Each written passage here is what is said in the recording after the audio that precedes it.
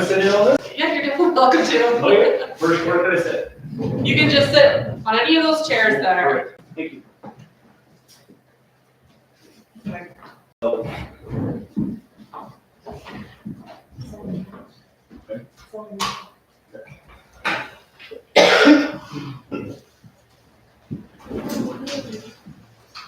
Hey, Jess, how's it going?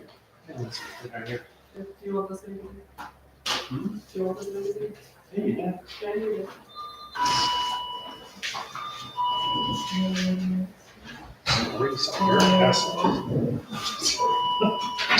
There you go. Great mail. Hello.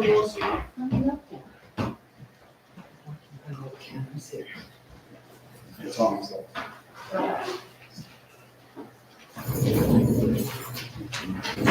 Here you go.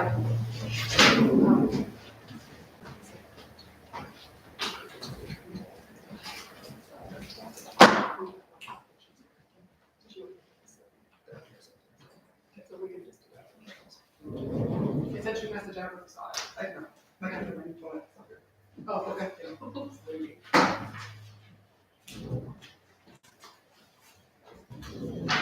Yep, Deb's kids eat my kid. Ooh. Were you here? Yeah. Another windy day? Yeah. Don't you just let. But But, Darby's not, I'm just glad Darby's playing smart. it's really funny that. The first 2 games he wouldn't even like walk Is he playing or is he like static? He runs around. Oh, good. He runs around. Luca would just wave. Oh. That's all he would do, wave and then like sit down. So. I think it was the wind starting. Yeah.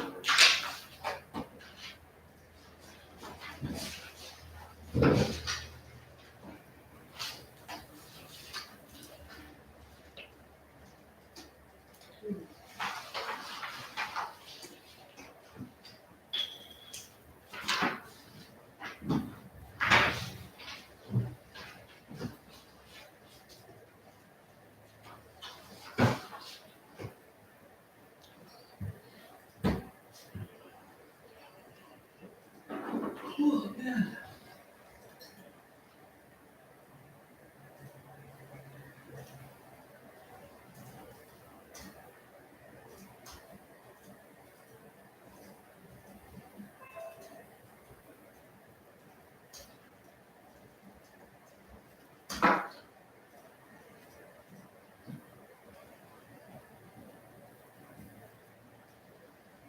All right, is everyone ready?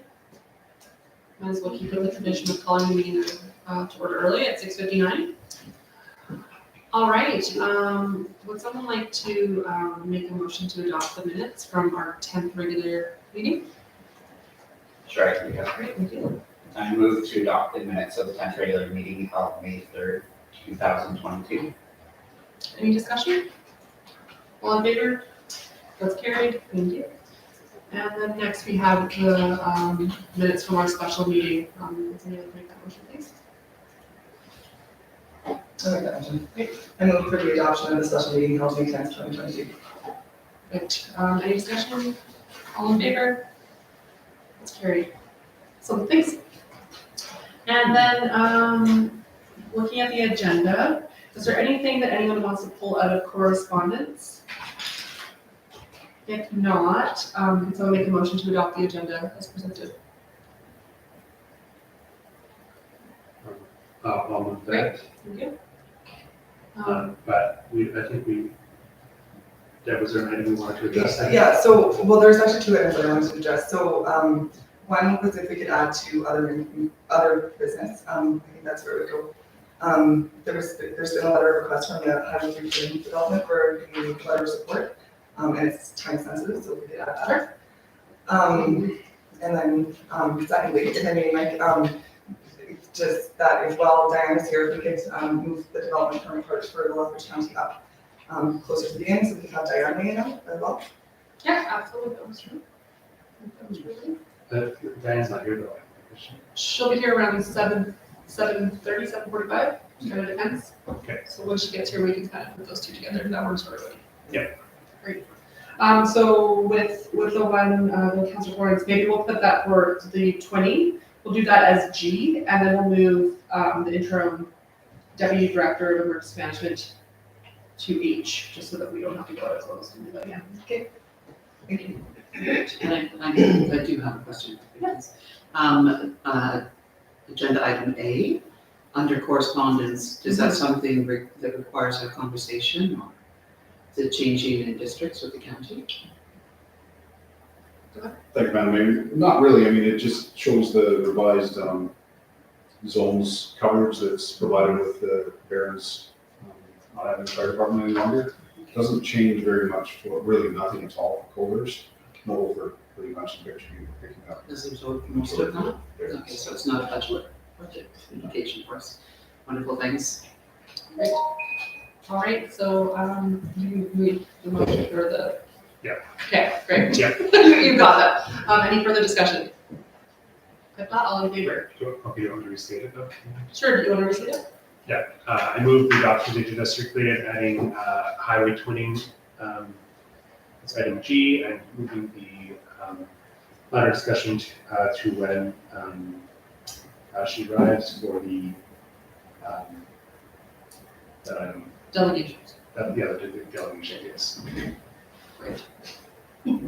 All in favor? That's carried, thank you. And because I seem to do things out of order a lot lately, I'm gonna go back and read our territorial acknowledgement before we continue on. So the town of Coalhurst is located in traditional Blackfoot Confederacy territory. We honor the Blackfoot people and their traditional ways of knowing and caring for this land, as well as all Indigenous peoples who have helped shape and continue to strengthen our community. All right, so since we are waiting for Diane to arrive for the delegation, we have citizens without formal notice. You do have 5 minutes to speak if you'd like to, otherwise you don't have to. No, I'm just here to kind of Okay, take it all in. Thank you. great. Okay, so then we'll just move on to business arising from the previous minutes. We have, so this is the one that Diane will be speaking to, the first one, right, the 22060? Or is it just a different, okay. Great, okay, so let's start with the development permit from the county. So, I'll turn that over to you. Okay, thank you, Madam Mayor. So basically just notice of approval from the county in terms of this permit that was applied for new residents with a setback waiver from the CPR tract. If you recall, it did come to council, we did provide notice that we had no applicant or no concerns with that particular line. As it's a spur line, not we utilized at this point in time, and it doesn't really affect anything too materially, so this just says subject to the appeal period, has to be approved. Any questions on that? If none, we'll move on to the next one. So this is Lethbridge County regarding bylaws 21-010 and 21-011 has been approved. Ziahoda, is there anything that you'd like to highlight for that? Thank you, Madam Mayor. So again, this was one that was brought forward as indicated there back in April of 2021. So I did put some of the information that was provided at that time and that we had received. Was brought to council again for any concerns. The only concern we had was the potential of maybe some stormwater possibility with the subdivision of this land. So we did request that our engineers have a look at how that may or may not affect things. As you can see with the attachment that's in there, there was no effects, of any significant matter to affect that. So again, we basically expressed no concerns, and it's gone through the hoops as indicated, somewhat with some required information they were waiting for at the county end, but has been approved. And this is for along the Kip Road there, just outside of town. That's where it's involved. Great. Any discussion or questions on this item? No? All right, we're moving along today.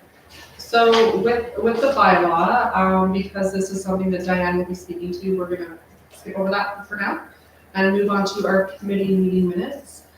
Starting with the Recreation and Culture Committee, Deputy Mayor Caldwell, is there anything that you would like to highlight from that recent meeting? I'm assuming that everybody had a chance to take a look on the minutes. And it might be, it might be better just to ask if there's any questions on the minutes before. Go ahead. Yeah, just at the end of the, I believe it's second page there, where you're talking about the minor state committee, second point. Where it's talking about meeting the request town to assign ownership of assets to Rec and Culture. So I'm just wondering, is that for Rec and Culture to figure out where they're going? Because I believe it has to go to a non-profit as per the bylaws from the Minor State Association. So I'm just trying to get a little bit more clarification on that point there. Yeah, so there was some discussion around, because it is supposed to be going to a designated nonprofit society in the community, and so we did pull up a number of different ones and take a look at them, trying to see who might be best suited. And so it came up with the thought that because it did come from Miners Days, perhaps the allocation of those resources to the organization, or the nonprofit organization that is providing Miners Days to the community, or Miners Days activities under the umbrella of Rec and Culture, that we would look at allocating those resources to them for that purpose, for that use. So just to clarify then, you're just saying Rec and Culture will make the recommendation to provide those assets to the groups that are putting on Minor States? Because just from the way that it's worded, it almost sounds like Rec and Culture would be taking ownership of those assets, so I just wanted to make sure that that wasn't the case. Let me take a look. So you're saying page 2? Yes, page 30. Yeah, right at the bottom. I'm thinking it's not on page 2 on the minutes. It's on page 30. Oh, thanks. It's the very last bullet point if that helps. But Miners Days Committee Assets Transfer Recommendation. Yeah, that's incorrect. It should be Parks and Rec. Oh, okay, Yes. just because I wanted to make sure that we weren't Yeah. violating anything. So that's what the recommendation was. Yeah, it should say Parks and Rec. And sorry that we didn't catch that when Ashley sent out the minutes. Because Rec and Culture is not a nonprofit. Yeah. Any other questions? What, I noticed there's a mention of a few celebratory weeks here. What was the discussion regarding those? I'm trying to remember back, and I think that it was basically like we started talking more about, like what could this look like for the town in terms of rec and culture or parks and recreation doing activities in conjunction with the town. And those are just some of the weeks that were noted. I believe that some of the school might be celebrating some of those things, that people were just aware of them, and so looking at potentially doing something into the future. And I think also was it about looking at, we need to start utilizing our different communication strategies to get information out to the community. So if we set aside, we used to have a calendar on the back page of our newsletter and things like that, and sort of set aside these timeframes, and reach out to the different groups to see what they'd like to be doing, and both advertising and seeing how we can support. I think that that's Pretty much encapsulates it. We do have a lot of conversation during this meeting, so sometimes. a lot happens. Good. That's right. All right. If there's no other questions with that, we will move on to the policy bylaw review committee. And maybe we'll start out if anyone has any questions for that, and then Councilor Ackermans, if there's anything that you would like to highlight as well. So starting out with questions, any questions from the minutes? If none. I think there's going to be a conversation that's coming from Yes. that committee to us. Yeah. So, thank you. Go ahead. Yeah, just to kind of add, one of the things that we're talking about was insurance for the different groups within town. So one of the things is, I think every group will have to have their own insurance for the events that they put on. So one of the things that came up was facility user group program. So that would be kind of piggybacked on the town's insurance. It would be a portal where the community groups would be able to go in and purchase insurance if they wanted, and then that would be kind of under the town's insurance, but they'd still be paying for that, just to make it like a one-stop shop. Here you go. And then that would be easy for the town to track insurance from. Groups would still be able to use their own insurance outside of that, but we're looking at the feasibility of just adding that so that if somebody was wanting to put something on, that resource would be available there. Thank you for that, but as I'm looking at these minutes, I'm seeing two different things. I'm seeing one that says, the committee will bring this item forward to committee of the whole meeting for input. And then the second item is a recommendation to council, so I'm not sure if we're proceeding with a recommendation or we're proceeding with a recommendation to bring this item forward to committee of the whole meeting for input. I don't know which. Thank you. So the conversation was just because it is a little bit time sensitive and we want to make sure everybody has what they need in place and be able to support the groups as best as we can. Really knowing that we need to have that insurance and, remove that liability. Because we can't do it. So we wanted to bring the recommendation forward so that we can inform the groups as soon as possible. And then hopefully look at other avenues for funding as well. Like we also talked about the possibility for request for reimbursement for the insurance or accessing funds through the Rec and Culture Fund, things like that. But just getting that out as soon as possible and then having a larger conversation as we all want to do about, how to best support community groups moving forward. Because I think that's something that we all want to talk about.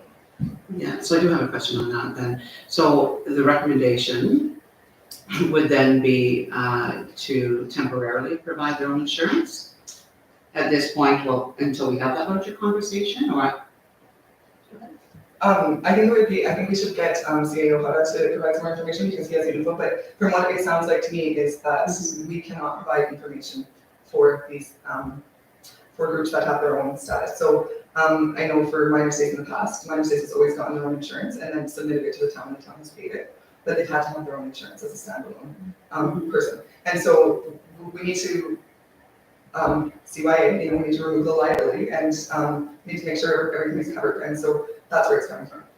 Okay, so we had, and so we had a committee that was an arm of the town, that the town ensured all of the activities associated with that committee. So we've had different, different models of providing insurance. We either support the groups to pay if they're, if they're nonprofit providing benefits to our community, or we've had them under the umbrella of the town. And I think it's important that we have the conversation about what this could look like in terms of the Rec and Culture. I think at this point, saying, temporarily while we work through this, it might not be a bad idea, but I'm not comfortable with supporting a motion that just says, these groups provide their own insurance, hands down. Because part of our goal is to sort of create those leadership organizations in our community that provide benefit to our community. The volunteers that step up and take care of all the activities in our community. And so we wanted to sort of open up the door and invite more people in. I don't know, placing that kind of onus on their shoulders might be a little bit of a deterrent because it can be quite costly for a small group that is just working on a volunteer basis. Thank you. Yeah, and the reason why that came up is because it was how do we look into this, how do we support our communities, and so that's where it came up, and so that's what Edmund was investigating, and so that's what it led to. It's you need insurance, it has to one, and so figuring out how to make it happen. But can I ask CAO Hada to weigh in? And yeah, please. Yeah, thank you. Thank you, Madam Mayor. So the information that I received from AMSC, which is where we have the town's insurance with, was asking a question in terms of whether it be the Rec and Culture Committee to the Coolidge Parks and Recreation Society, to previously miners' days, to that type of thing. What kind of coverages would be covered through the town's policy or what would be required from some of the other individuals? So in terms of the Coolidge Parks and Rec Society, it was indicated that they are a separate recognized society, not-for-profit society, registered accordingly with the province, and as such, their insurance would not be part of the town's. They would have to have their own insurance, of which minimally would cost, even if you went through AMSC, about $1,800 a year, which may or may not be enough depending on what sort of events they may choose to put on. However, items like the Rec and Culture Committee putting on whatever they may choose to put on Canada Day or whatever, will be covered.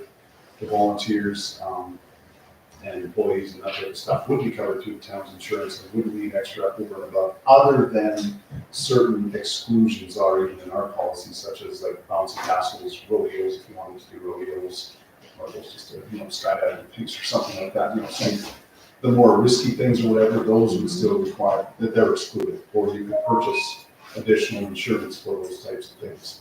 So, but basically, the simple explanation was Coolidge Parks and Rec would be required to have their own insurance, which could come, via the town's insurer, similar to what Miners Days had, if the town chose to pay the premium, as they did for Miners Days, because that's the town's prerogative for sure.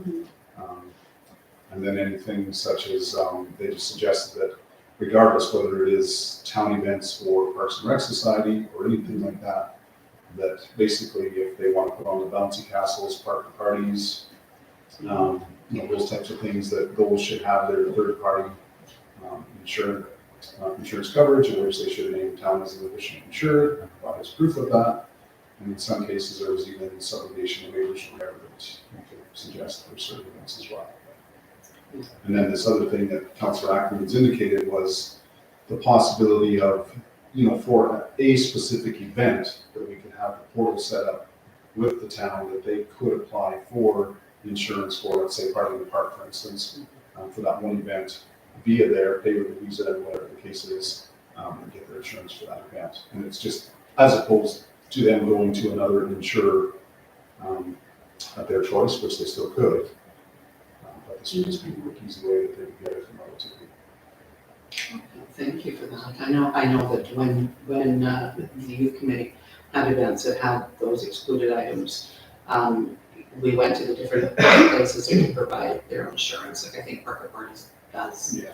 Right, so that kind of takes care of that. So I guess my question then is this recommendation in line with the conversation that we just had about exploring the different options of looking at our town insurance and see if these folks want to sort of come on board with that, and a further conversation in the community of the whole as to whether the town pays for that insurance as they did for Miners Days, or, I mean, it sounds like there's a conversation that has to take place before we make these kinds of motions. Thank you, Madam Mayor. The intent, from my understanding from our committee meeting and from the information that I had, was such that we wanted to make Parks and Rec aware of the fact that they did have to have their own insurance if they weren't covered by the town. Because I know they're in the planning process for Party in the Park at the end of August, or Miners Days, if you want to call it that. So we just wanted to ensure that they made some kind of arrangements to have that, whether it be through the town or otherwise. And then, like I say, whether we set up that portal or other, look at options, as I say, reimbursing them for early cases. That's a discussion at a later date, but just because we're, mid-May and, August isn't too far away, depending on whether they come through us or go through somebody else and want to get some quotes. We just wanted to make them aware that they needed it for their event, but they needed insurance for it prior to. Okay. So if I could then request just a small, or a friendly amendment that this recommendation reflects that, what we were saying basically, to explore options for insurance, that we can further explore options with insurance, but the requirement be that the town's insurance cannot cover them at this time. Something to that effect. I have a question, I guess. I don't know if this is a dumb question, I'm not an insurance expert or anything. But for example, when we're looking at Miners Days this summer, and we have various groups putting on different elements of that, what is the line between, Rec and Culture Committee and X Society that's supporting that event? And I know that we had someone that was going to step up under the umbrella of Rec and Culture to facilitate or run the parade. So they need their own insurance then? But I think because it's under the umbrella of, from what I'm hearing you say, because it's under the umbrella of Rec and Culture, which is a town of Colhurst group, they're then covered for those. This is a tough one. We'll go there and we'll go Thank you, Madam Mayor. Again, I mean, we definitely can certainly have, an insurance person come and speak to all these things, but my understanding is, for instance, some of the events you're talking about, I know there was talk about say for instance, the Legion doing a dance and whatever, on their thing, obviously they would be required because they're, a society or whatever they are, have their own church, which they probably do. 55 plus probably be another scenario if they were putting on something. Again, I'm not sure they have their own insurance, but they are a registered society, so they should, or at least they should have the portal paid for at least whatever they might be doing. And then again, like you say, depending on the nature of the group, if they are, as I say, a registered society of some sort, nonprofit, whatever, that's where they were saying they wouldn't be covered by the town's umbrella. Okay. So then just other individuals who are stepping up to help Freaking Culture, then they're up to. Yeah, like, so, yeah, Arkin Culture, if you had your, it's parade community of some more town volunteers, but not a recognized society, then I would say that would be covered through the town's insurance. Council Barnes. Thank you. Yeah, I was just gonna echo that. What I was saying, what I said is that some of these specific places will already have their own insurance, and that's just a given. But it really is about making sure that we're covered and we're moving a liability and making sure that everybody's aware of that. And so this is exactly why we wanted to bring it to a committee of the whole for a larger discussion, because we're having a larger discussion. And I know. it's something that we need to talk about. But again, at this point, it's about getting that in place. And I also, you might have to clarify your zoning amendment, because I'm not sure where to put that in. So just that to explore. Well, just to state that at this time that the town insurance cannot cover, standalone nonprofit organization. And so that we're requesting they explore, or that we are prepared to explore with them different options for insurance.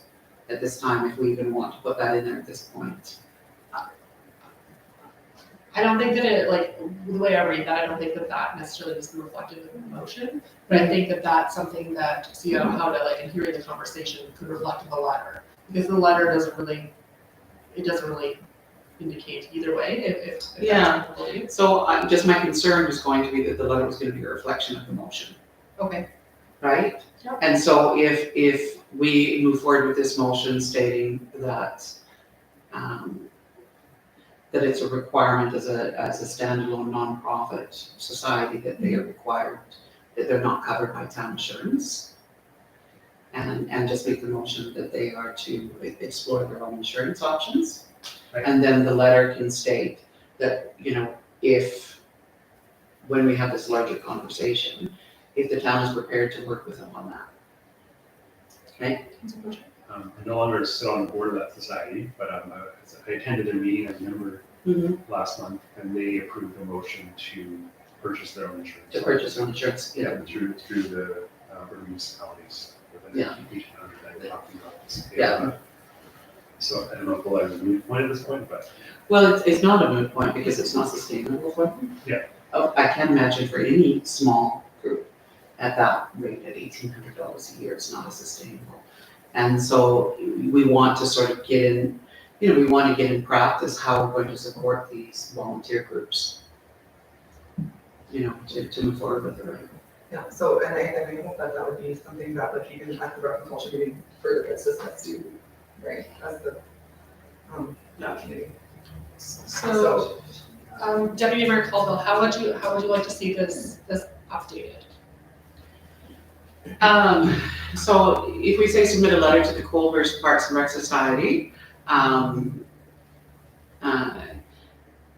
advising them that as a nonprofit society, that the town's insurance is not able to cover, right? Okay, so And then maybe just leave it at that? Yeah. I think so, I think that encompasses it. And then we can have those conversations going forward about what they look like. So I move that the Council of the Town of Culvers hereby authorizes CAO Howda to submit a letter to the Culvers Parks and Rec Society as a not-for-profit society to provide their, as a standalone society, advising, Yeah, just advising them that as a nonprofit society, that the town insurance is unable to cover them. it's a little here, okay, so advising them that any third party, oh my gosh, okay. Of this amendment, in regards to providing their own insurance as a nonprofit, advising that any third party vendors at their events should provide their own insurance. Well, Go ahead. not only third party, but them as well. Yes. They should provide their own insurance as well as any other third party. And just require third parties have, like third parties and those types of things, which most of them do. Yeah, but that's not reflective of the friendly amendment that you said you accepted. Okay, so, So the friendly amendment said that we're authorizing CAO Howard to submit a letter to the Colbert Parks and Rec Society advising them that as a nonprofit society, that the town is unable to put them under their own insurance, or that they are unable to be covered under the town insurance. Just a statement like that with a period, and then just, are you comfortable with that? well, I think we should make a motion for the friendly amendment and vote on it. Okay. Sure. Do you wanna make your initial motion? Okay, so I'll make the initial motion. So I move that the council of the town of Colbert hereby authorize CAO Howard to submit a letter to the Colbert Parks and Rec Society in regards to providing their own insurance and advising any third-party vendors at their events that they should also provide proof of their own insurance. Okay, so then with this one, we are going to vote on this, and then if we need to do it, we'll do a new motion based off of this, okay? So we'll start with that. So, any discussion? I've had a lot. I'm gonna call the question, all in favor for the motion as it existed in the recommendation, the package that we received? I'll call the question, all in favor? Okay, there's 2, so the motion is defeated. And then Deputy Mayor Caldwell, would you like to make a motion that amends this? Yes, so it's no longer a friendly amendment, then it would be an amendment That's that we would vote on. Yeah. So that, the first portion is correct. Council Prince moved, Council of Town Colbert hereby authorized Chief Administrative Office Howard to submit a letter to the Colbert Parks and Rec Society advising them that as a nonprofit society, the town insurance is unable to cover them. Advising them what? As a nonprofit society, they are unable to be covered by the town insurance.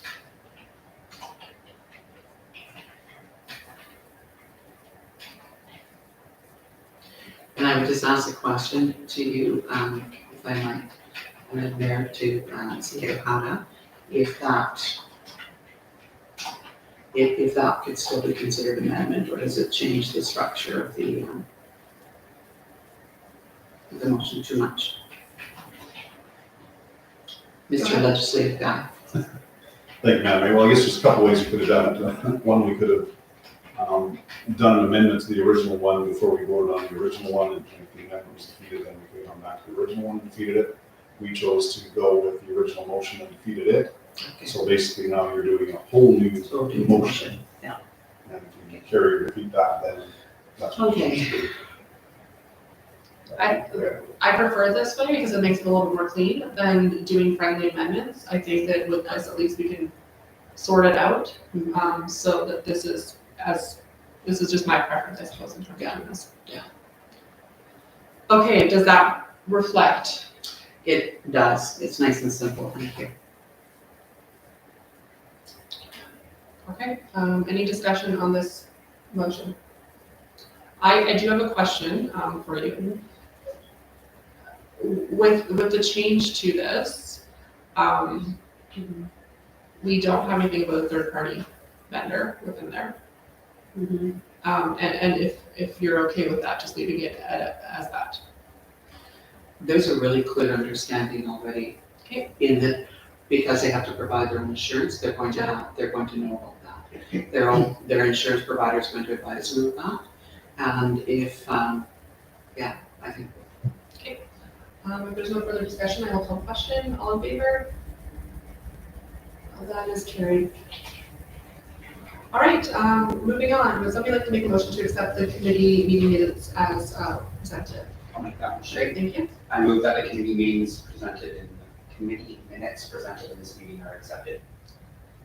Any discussion? All in favor? That's carried. Great, thank you. And welcome, Diane. We're gonna loop back in and go to you. We've actually, we're glad you were here because we've got you for the one item regarding the land use bylaw amendment. And we're also hoping that you can provide some potential feedback for the Lethbridge County Development Permit as well. So we're kind of jumping around our agenda a little bit. So I guess we'll get started with the land use bylaw amendment.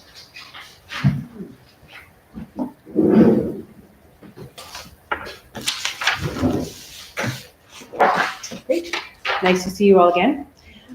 So the item under bylaws today is a bylaw amendment to the land use bylaw, which is bylaw 435-22. And it's a request to amend Schedule 5 use specific standards, section 11, cannabis retail store, to delete section 11D, which requires retail cannabis stores to be set back 100 meters, so I forgot that in my report, from the boundary or parcel of land zone public institutional.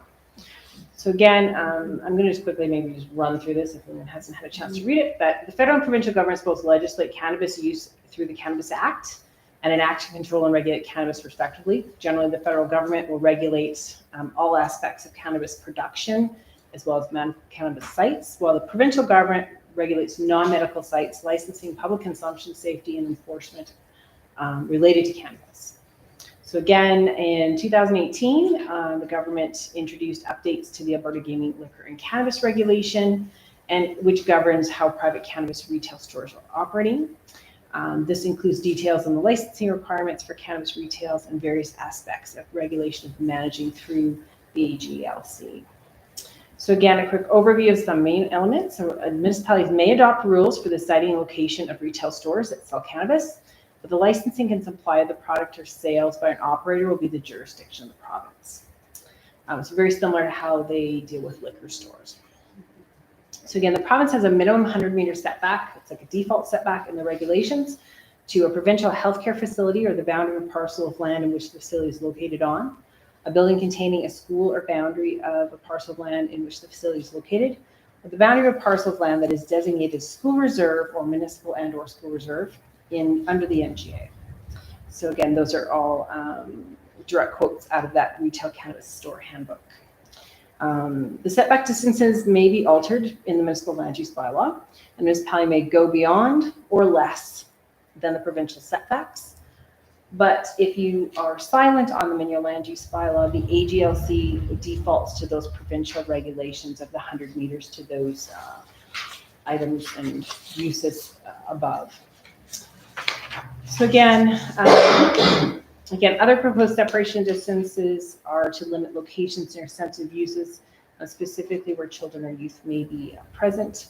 And again, retail cannabis stores under that regulation is required to be a standalone use, which means it can't be combined with another use. So you can't have a liquor store with a section of cannabis in it, or you can't have a 7-Eleven with a section of cannabis in it. So again, what's being proposed is in our current land use bylaw in section 11, we have a series of setbacks in which previous councils had reviewed when this was coming in. And ours are 100 meters from the boundary of parcel of land in which a provincial health facility is located, boundary of parcel of land which contains a school or school grounds or sports fields or a municipal sports field, because not all of our sports fields may have been zoned or designated MR. So we wanted to ensure that, we covered all of that. C is the boundary of parcel of land that's designated school reserve SR or municipal school reserve under the Act. And finally, with the boundary of parcel of land zone public on our map. So that's the one that's causing some concern with the applicant. And so that's the I guess, amendment for you. So again, preliminary planning comments on this. Again, the municipality has discretion to determine how restrictive it wants to be on siting and allowing this type of development within the community. And until we get through the public consultation process, so again, same idea, we'll probably do a mail drop on this one. Everyone will have an opportunity and we'll have a public hearing on it as well. So again, I'm recommending that council proceed with first reading and get this into the public process, and we'll see what the public has to say about it. Great, thank you. Any questions? Okay, so I'm looking at the map. So like where are we talking, like I don't really understand where this is, like where we're talking about on the map, because you're talking about P. But where was So it? on your land use Yeah. bylaw map, which I don't know. Oh, Yeah. great, super, thank you. I did put it in that. Thank you, that was awesome. So anything that is the purple color would have 100 meters back from it. Anything Okay. that's a green color would have 100 meters back from it. So again, our schools are purple. It looks blue on the Yeah, blue. Oh, okay. Sorry, it's more blue than purple. Oh, there, okay.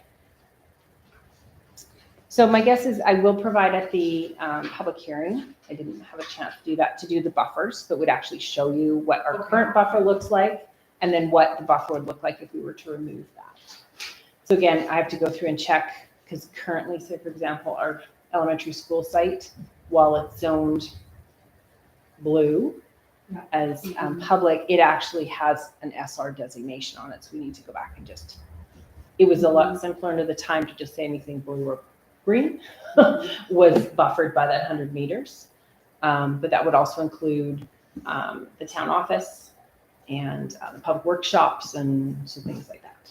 So so at the time there was a larger buffer than what is being asked to be reduced. Okay.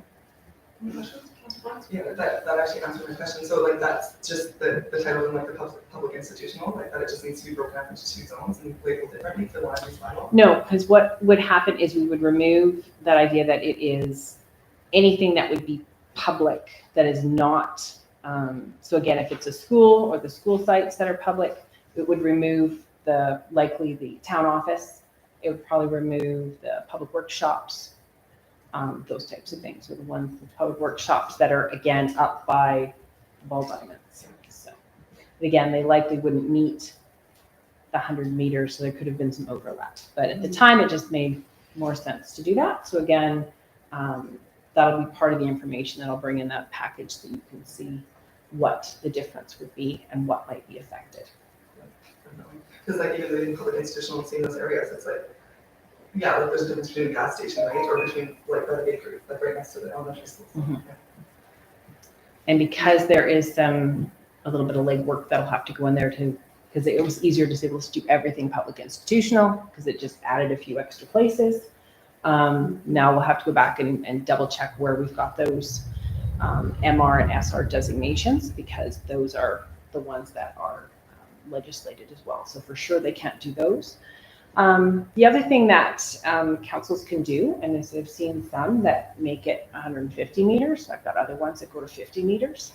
So you can actually, as I said, make it larger or smaller, depending on what your tolerance for that type of development is, and just sort of even the layout of your community. So if you have a lot of commercial right next to a school, maybe having in that strip mall, maybe you want to make it a little bigger.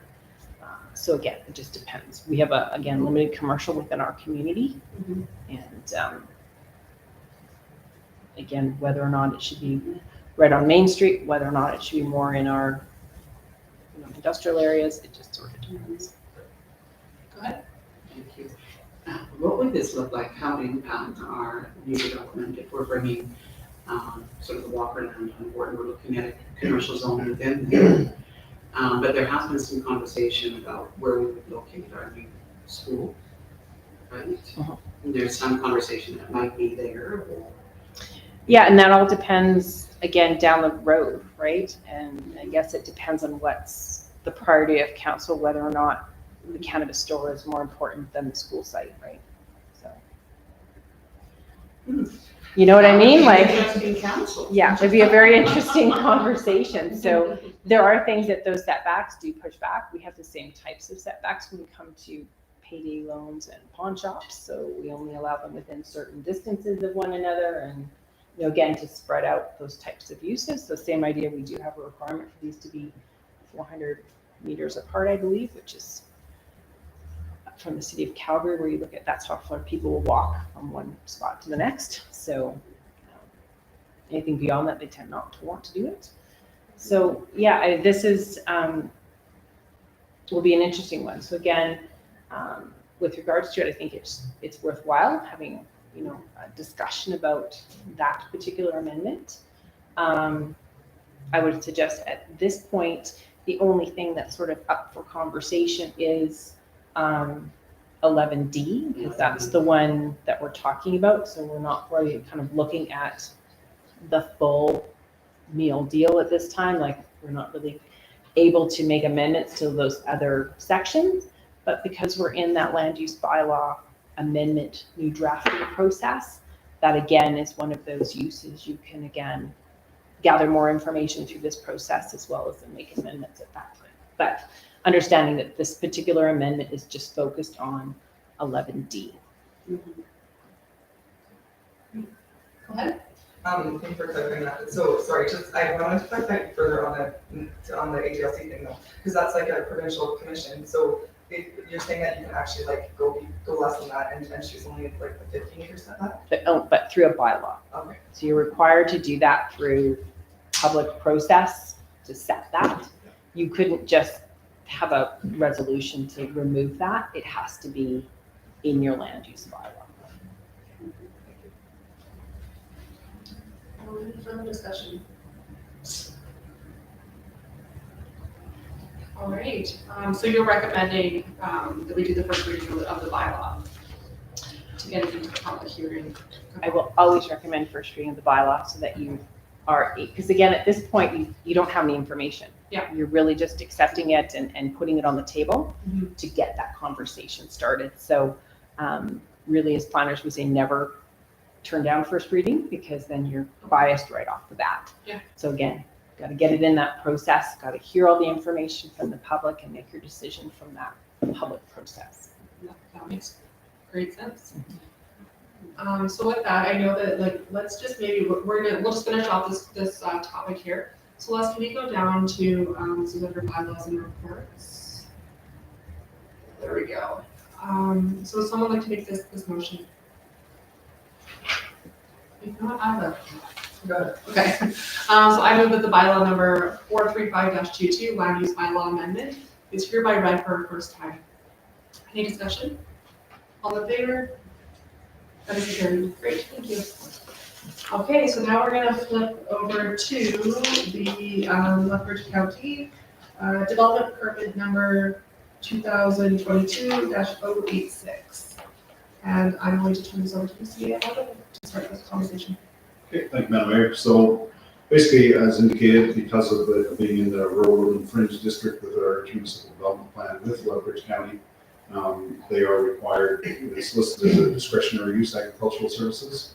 And so as part of that process, they are required to notify us of applications to that effect. And we have the opportunity to provide some comments, concerns, whatever, or no concerns, whatever the case is, depending on the scenario. So as indicated, we have an application or the county has an application for an agricultural commodity storage building. 22,000 square feet is indicated there on the site that was approved. Previously, this business was approved under 2019-150. Storage is looking for items such as 20 green bags, net wrap. Does meet the required setback of the rural urban fringe. However, as indicated, is discretionary, so that's why it's here. County is looking for some comments, as indicated, by the end of May, if possible. So as indicated in the brief memo that I had put on top of this at the time, because of the reasonable short turnaround time to provide comments, we had requested some additional information. Planner and our development officer myself have looked at it, requested some additional information from Lethbridge County, or if they couldn't get it to us in time, we requested that we have an extension on providing some comments. So we did receive some information later yesterday. So basically just indicated, as stated there, that it would be used for net wrap, baler twine, silage, plastic, green bags, built buildings to accommodate hay bale and straw storage. They removed some of the product that they currently have outside, inside, undercover, as well as give some space to store farm machinery. They asked for hours of operation. They indicated generally speaking 8:30 to 4:30 p.m. 4 employees, 1 on property, 2 for families and employers. Asked about customer visits. Not a lot of customer visits. We did ask about deliveries, inbound, outbound. They provide some information on average. They're indicating that 1.65 trucks per day. Obviously, they're bigger trucks, 40 to 53 foot semi trailers. average weight per load 44,000 pounds, so approximately 81% of the gross vehicle rate. And the highest frequency of the movement of the products is from March to November. So those are the comments, or some of the things that we had requested be provided as information for us. Further to that, I guess if you're familiar with the location of the property, it is located on Range Road 223. Was property that was bought from the town a few years back. We had previously owned it. I can pull it up on the thing, I believe, there if you want to, or on the map, you can see behind you. And there's pictures that you were provided tonight there as well. So it is on 223, which is, as you're aware, the road the town had built. We had permission from the county to build this road 223 and 92 as an alternate access road for the community. Previous council discussions, we had requests from the landowner for when the road bans are on, an exemption from the road bans to be able to exceed those. Council previously had not granted those on the basis that they felt their investment in the road needed to be protected. They didn't want the extra wear and tear of trucks on the road. There also is the scenario of the access to it. There's not any kind of a merge lane to or from for trucks to get in and out of. It's fairly busy, 8-kilometer type speed limit. So there's access into and out of it with bigger trucks. There is the safety for users of the road, as well as the wear and tear on the road. We also have in our IMDP, as well as our memorandum of understanding with the county, that if there are applications along our road that we've built, that there is the possibility of traffic impact assessments and those types of things being required, just to see what that, how that may affect things. Further to that, the road was constructed as a collector road, so I will admit that it is built heavier than just an average residential street. But at the same time, it was a fairly large investment by the town, and that's why previous councils chose to be somewhat protective of it, I guess, in that sense, because of our investments. So from that perspective, I guess, administratively, and based on previous council discussions, as you can see in the potential motion that's on the table, there could be some concerns that council may want to consider with this application. And certainly, I guess that's why I just looked at Diane here. She's familiar with the IMDP with the county, and then some of our discussions in terms of that, as well as to involve both her and our law officer in discussions. So I'll leave it at that for the moment. All right. What about questions? Go ahead. Thank you. I guess my first question is, regardless of if they build this building or not, are they still going to be driving trucks down the road? Because there's really nothing that we can do to stop them from having the trucks go there, right? It's just whether or not they're storing these goods inside the house, right? There appears to be 2 buildings already, right? And the question is whether or not the additional storage is going to create additional traffic. And at what point is that traffic then going to be interfering with the movements on that road? So if you have a 50-foot semi, 53-foot semi and trailer stopping on that road to make a turn across from the north, across that road, it doesn't move very fast. There's no way to get around it. That becomes a traffic issue or a safety issue if there's more and more trucks doing that. So that's the concern, not that they aren't allowed to drive on it. They are required to follow any road bans, and for those that aren't familiar with road bans, it's during thaw when the road gets squishy, when you put more weight on it, that's when you see, the highways doing all of this lumpy stuff. And that's a huge impact and cost to the municipality to go back in and fix that. So really what you want them to do during those freeze and thaw segments are to stay off it, so that those loads, once it's frozen in the wintertime, then there's not as much of a problem. And once it's dried out in the summer, it's not as much of a problem, but it's that freeze-thaw where the road gets mushy. And again, without any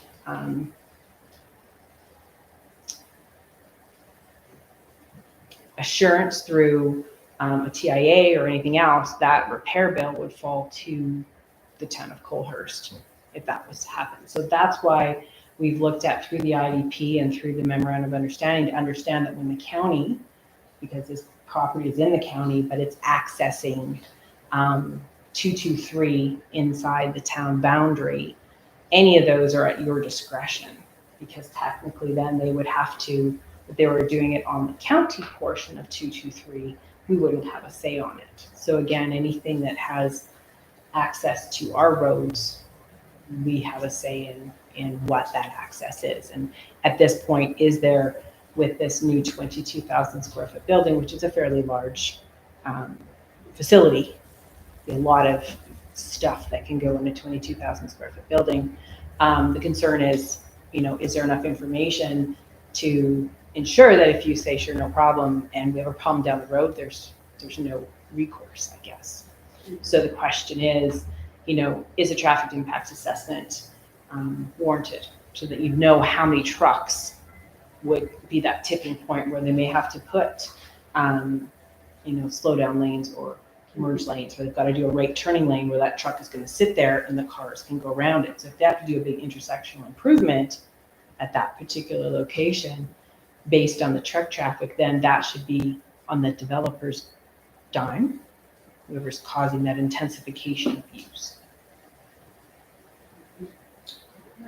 Questions? Okay, so I guess just to clarify, because we talked about the investment in the road, and talked about going across the county line. So who owns the road? The county or the town? The road when we annexed was annexed within town limits along the quarter of land that we annexed within town. So it is a town road. The MOU says, the county gave us permission to build a road within the county at the time. But as far as the direction and the operation and control of it, the MOU does speak to the fact that it's kind of jointly the town and the county that would consider, certain things to it. There is even provision for some repairs to be somewhat shared in the agreement. But again, as far as that, it's the town's road within that quarter section for sure, it's within town limits. Sorry, can I go? And so, because currently even the county does this no approval on it. So, because the town does it up until the end there, and then if they have time, they'll go to the end, but really, it's the county's job to do it from the highway up to where we turn to Colehurst on that road. There's no, Okay, so I guess I'm just, the county okayed it, and if it fits within those setback requirements, if it meets them, I'm a little bit unsure as to why we have such a problem with it, especially considering the property, and the way it is the folks living there are landlocked, that is their only access road. Yeah, I mean, when I think about future growth, and we talk about future growth, and we even talk about putting in some of that industrial area and that business area, we're gonna have to look at the impact on the roads eventually, and it's gonna be impossible to even put in a business area without that. Furthermore, that is a beefier road. I mean, you just said it, it's meant to sustain that, right, because of its location, and that's why it costs more, and that's why it is that beefier road in the location. So I guess another question that I have is, what is this doing for our relationship with the county? Is it negatively affecting it? If they're trying to, say we have approved this, we're trying to kind of improve report, things like that, and then we're intentionally stopping county residents from being able to do their business. I'm gonna go to Councillor or Deputy Mayor Colville, and then what are you doing? That's okay? Yep. Thanks. You're probably going to answer my question before I was going to ask if you went next, but I did just have a quick question on that. So, can I ask, when we have, and it might not be you, I think it might be, let's see, how to fit this. When we have our road ban on in the spring, do you know what the weight is that we traditionally look at around? 75% is road down. Okay, 75. So a 45,000 pound truck. Is that the weight that you had stated that they travel on there? They're indicating it's approximately 81%. But sorry, just I needed that in order to process the information before me about the weight on the trucks. So, I guess I just want to make a comment is that the county hasn't approved anything. That's why it's here for your comments, just like as a public thing, because it's discretionary. It doesn't mean it's a permitted right. It means it may or may not be suitable based on site conditions. And so the question is this expansion at this site suitable, or is there conditions that need to be placed on it to ensure that down the road, there are no traffic issues, there's no other, I mean, to me, it's a traffic issue.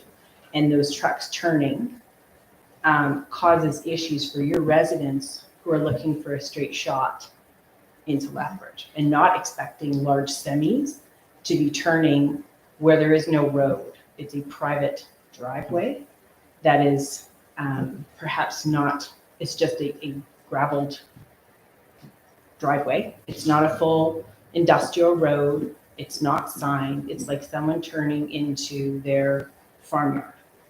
So I'm not perhaps in agreement with the idea that that it's already approved, that we're stopping someone from doing something. No, there is no right to do this. There is a process in which everyone needs to be notified, including the town, including the adjacent landowners, to see if they are okay with someone doing a 20,000 square foot building next to them.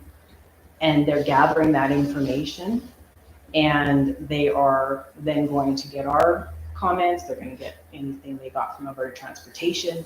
They're going to get all of that, and they're going to do it as, in their case, they don't have an MSDA. They have just a development officer who is going to then render that decision based on that. So again, this is not something that is, I guess, a relationship record. This is part of how municipalities speak to one another or work together, is making sure that everybody has an understanding of whether there's concerns or not concerns, and then how do we mitigate those concerns. So I would hope that, that it's looked at in that view from council. So can I just clarify then? So essentially what you're saying then is like, they received this application, they're kind of doing what we're doing, even in terms of like the bylaw, going and saying like, anyone that's affected by this, let us know all of your feedback. That goes to them. They then, because we could say, so say you might want to do this traffic impact assessment. They might decide not to do that based off of everything that they find out. Is that kind of how it goes? Correct. And then if that traffic impact assessment, or perhaps, an adjacent landowner has an issue with it, and they then approve it without the traffic impact assessment, then it's appealable, and it gets another review, and people get an opportunity to speak again. So again, it's understanding that everything that is done in development normally is a process. So it's not only if it's a permitted use in that list, that's a permitted right. But this particular agricultural operation, again, if it was on the other side next to headwaters, maybe that wouldn't have the same impact as what's over here. So again, understanding that it's really locational in its either acceptance or perhaps not being able to be as acceptable based on where it's located. So keep your follow-up. Do we have our memorandum of understanding in front of us? See it, did you have that, or are you just going to pull on your memory? Right. Thank you, Madam Mayor. I do have a bit of it in front of me. I'm wondering, is there anything that addresses development within it? Did we not have something in there that looked at the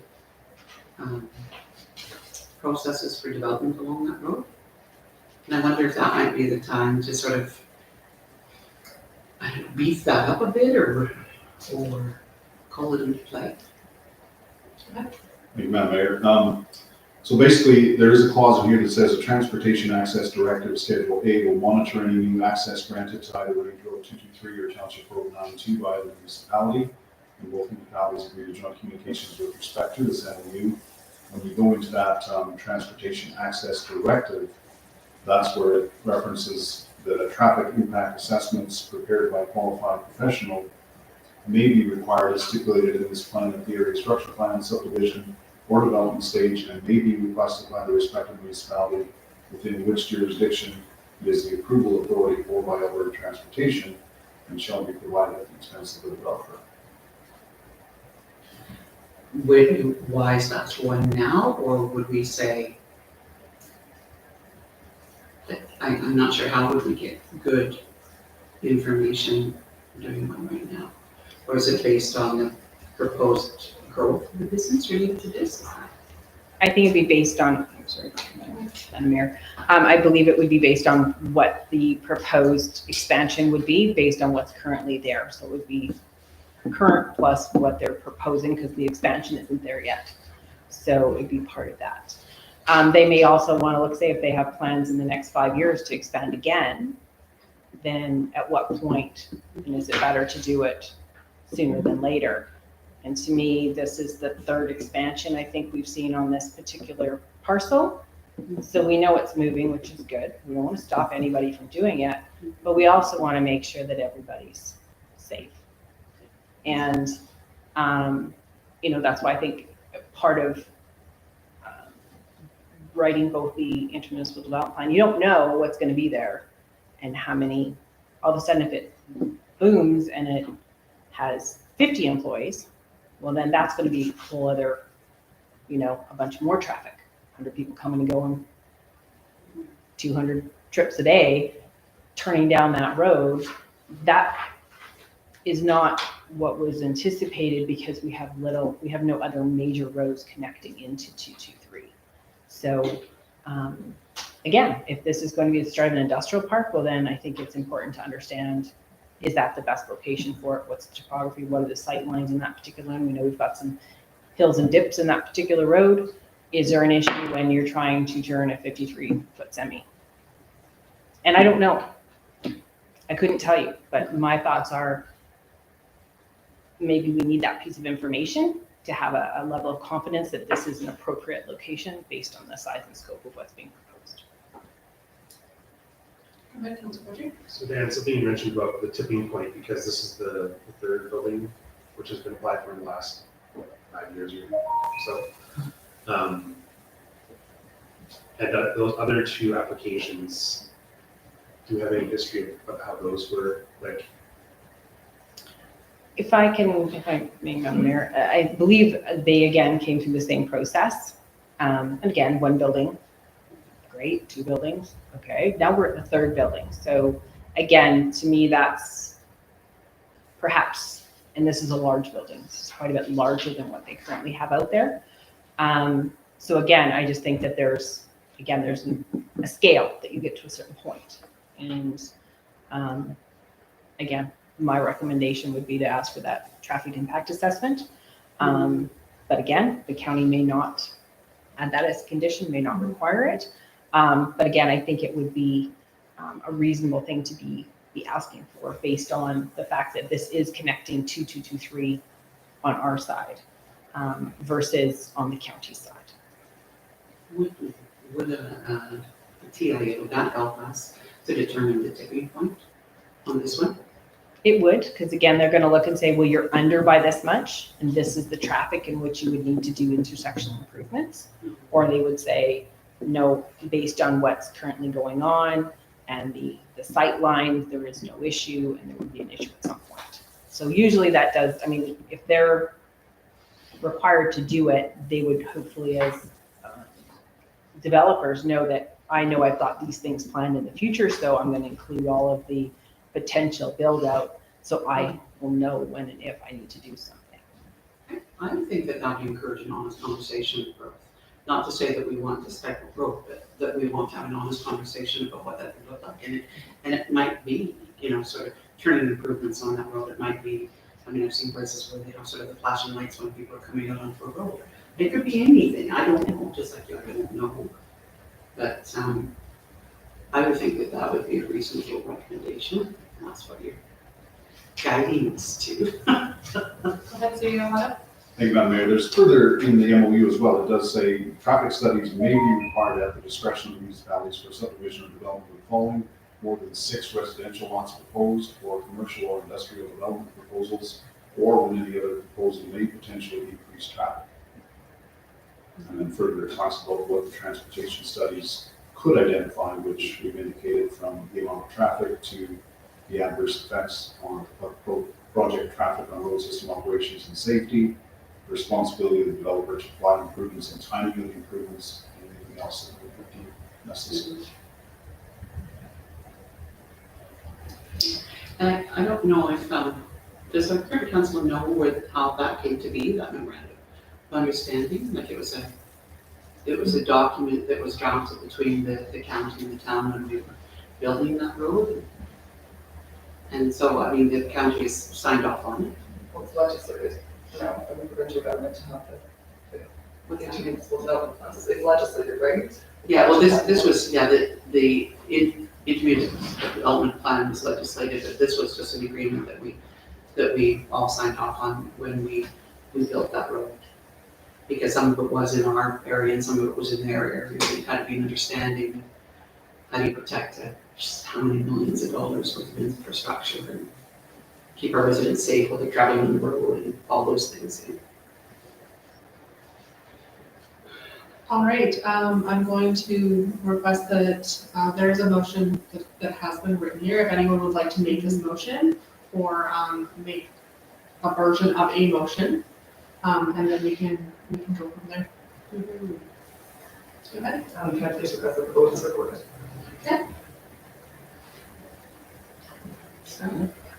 Just a request that the vote's recorded. Oh, okay, sure. Just more conversation on this one. I'm just thinking down the road, like with that quarter section that was annexed, if we have a lot more residential and commercial in there, that road's gonna get busier. So if we look at a traffic impact assessment right now, is that kind of gonna be kind of like have a wrench thrown in as soon as they start developing on the other side of that 223?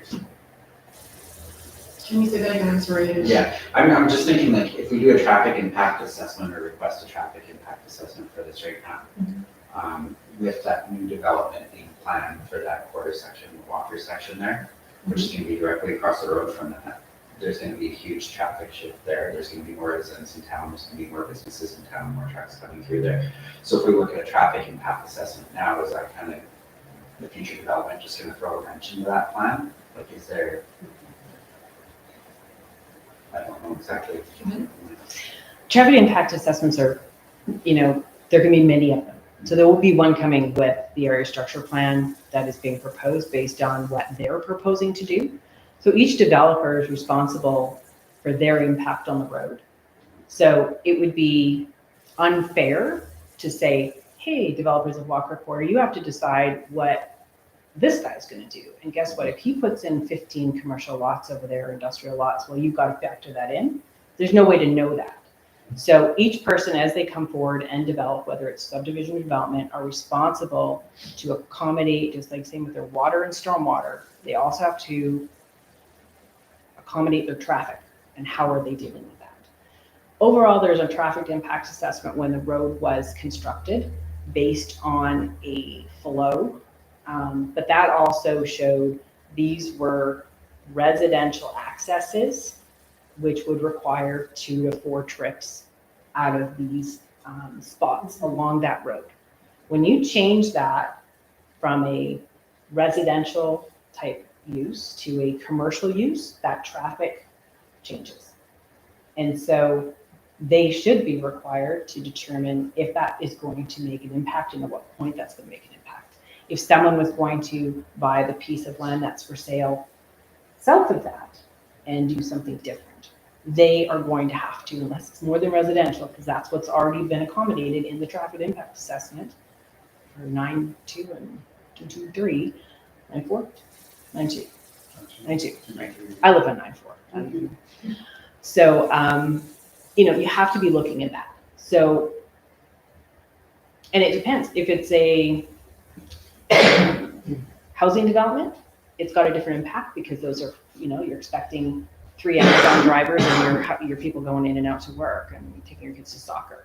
But if you have a business that is generating traffic or customers, it's a greenhouse, it's Roxburn greenhouses, well, that's going to be a whole lot different than the person who had lived there previously and just had, the wife and kids and the husband going to town to do their regular residential business. So all the way around, everyone who does something could have an impact. And it depends on what it is. And normally we don't worry about if it's another residential house until there's how many driveways. And so when there's a new subdivision that's proposed at the corner, they wanted to have direct access out onto 223 and 94, and everyone, county and ourselves, said absolutely not. You have to have the north part comes out on one and the south one comes out on one, and you do an internal road system, and we're not okay with having 15 additional driveways with people shooting out onto that road. So again, it's kind of thinking about University Drive or Whoop Up. That's your Whoop Up. How much stuff do you want coming out and interrupting that flow? Thank you.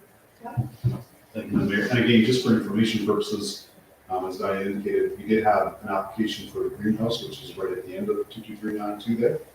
And we did provide comments at that time, again, expressing concern for, depending on the nature of the business, how it may affect, and again, the potential impact of traffic on the road. However, it was approved and the greenhouse is there.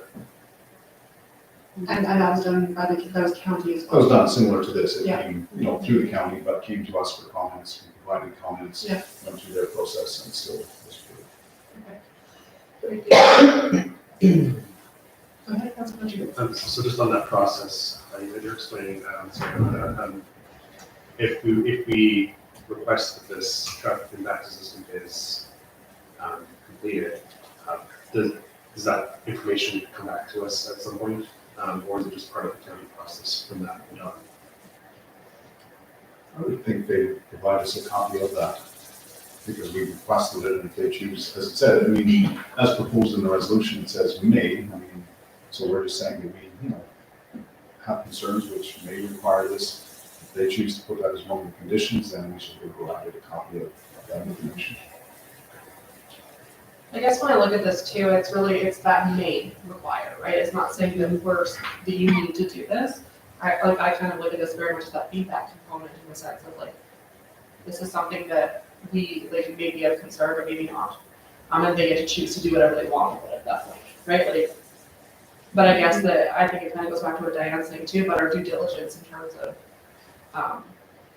the safety of the road and what our residents are expecting of that. Definitely don't want to deter any growth for businesses or create unfavorable relationships, but I do really think about it from that lens that you kind of put forward and saying, when we're looking at this, what is our duty here? And so I think that for me, that's how I need to look at this. So in saying that, I'm going to make this motion that is up here. And so I'll read that I move that the council of the town of Colhurst hereby authorizes the Chief Administrative Officer Howda to submit a letter to Lethbridge County indicating that the town has concerns with development permit number 2022-086 agricultural commodity storage building, a 22 square foot at the location of Northwest 15-9-22-W4, 92053 Range Road 22-3 as presented in the May 12th, 2022 application. In terms of the growth of this business, the increased heavy traffic or truck traffic, the potential impact on Range Road 22-3, and in preparation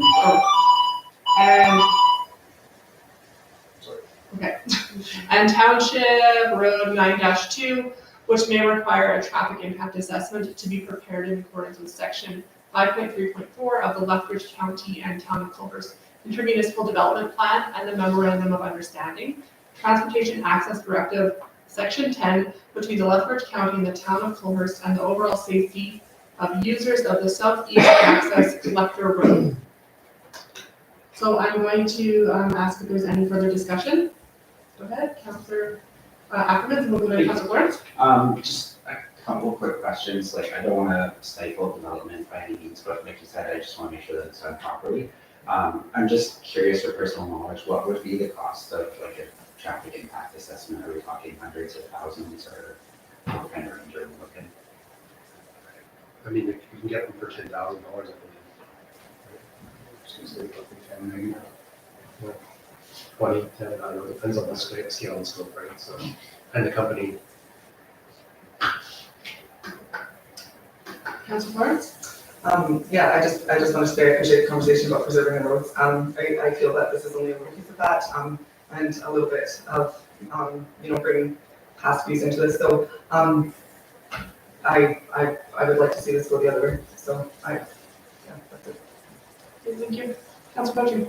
I know this is kind of regular, but since we have the order here, I wondered if we allow him 5 minutes to speak, just while we have him here before we make a decision.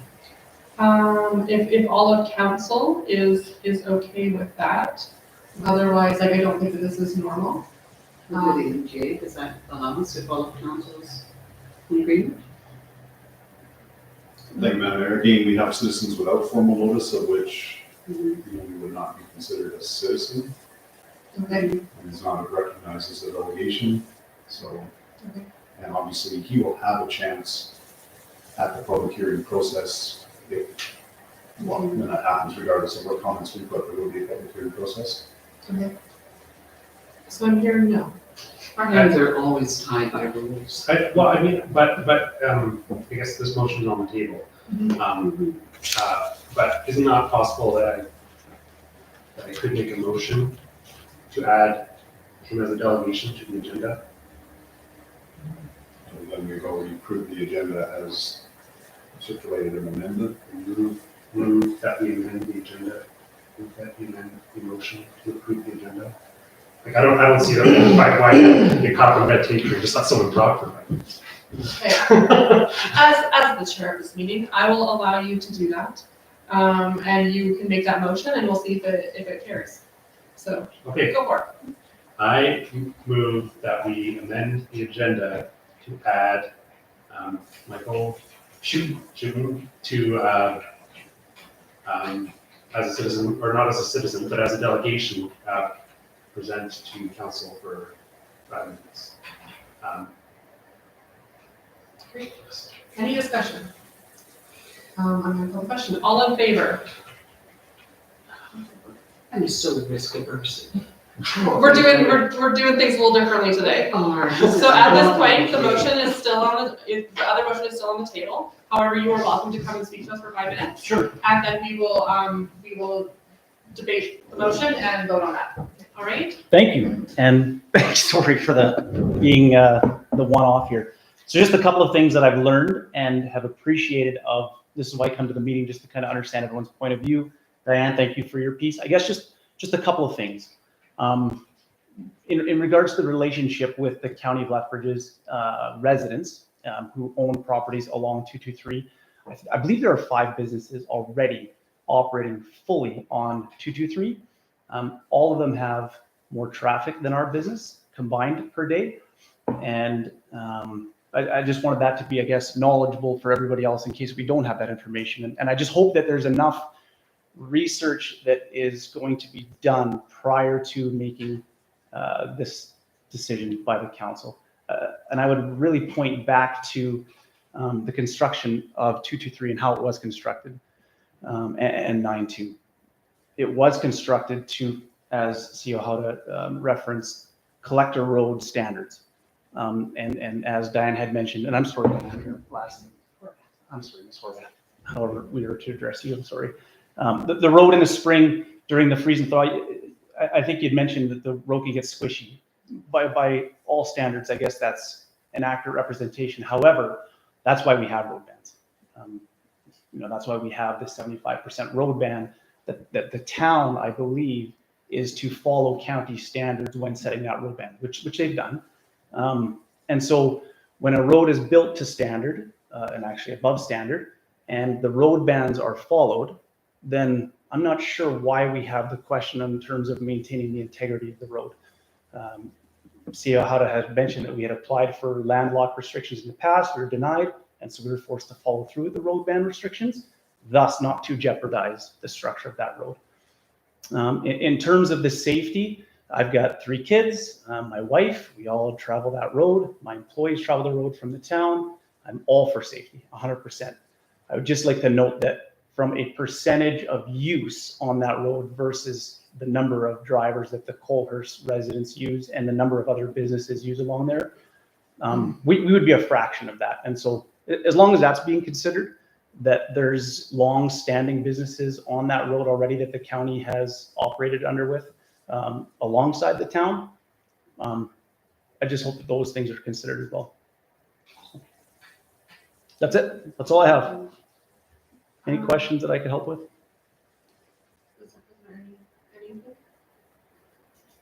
Thanks.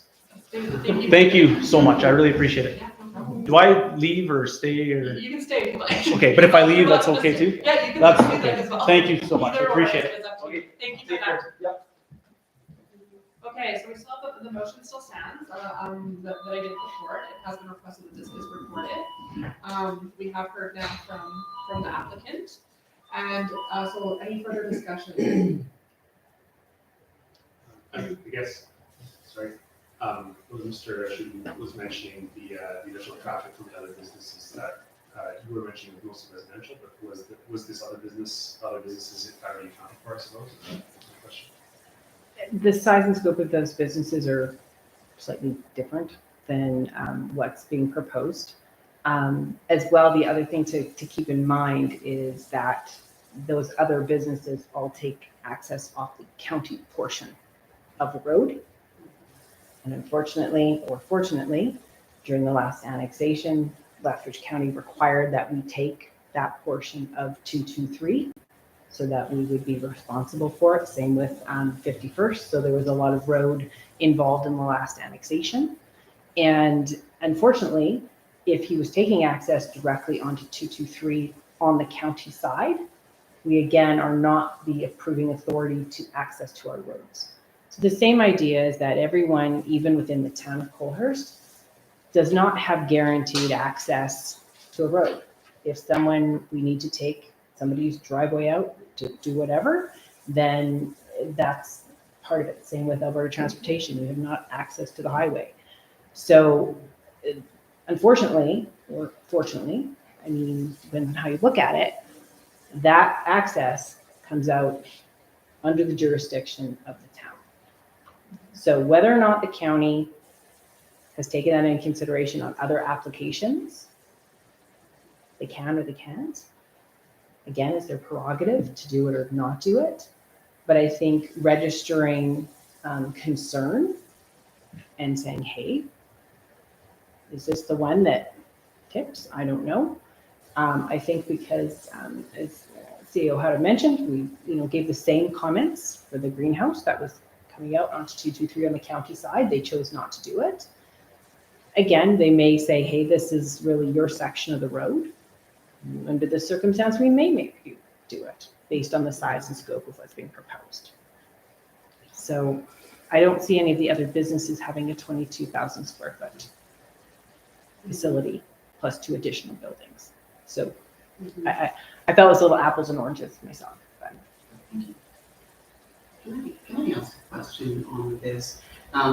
We have agreements through our IMDP, and we have an agreement through our memorandum of understanding with the county. If we just give this one a pass and say, go ahead and don't respond to this, are we then sending a message to the county to say, we're okay with development along that road, we're okay with what you choose to do, and we may not take it serious next time? And I mean, there's a lot of proposed growth on there. We've set up an environment where it's a great place for them to sort of put commercial in, right? Like whatever they call agricultural. Commercial. Yeah. So do you believe that would be a message we may be sending if we don't respond and talk about traffic safety and talk about those things? Is it a little precedent setting, maybe? Yes, Madam Mayor. I mean, I think what's important is, as we often say, there's no precedent in planning, but you need to be fair and consistent in your responses Across the board. across the board. So unless there's something that is significantly different in this particular one, I would suggest that having the same consistent messaging would be a reasonable response.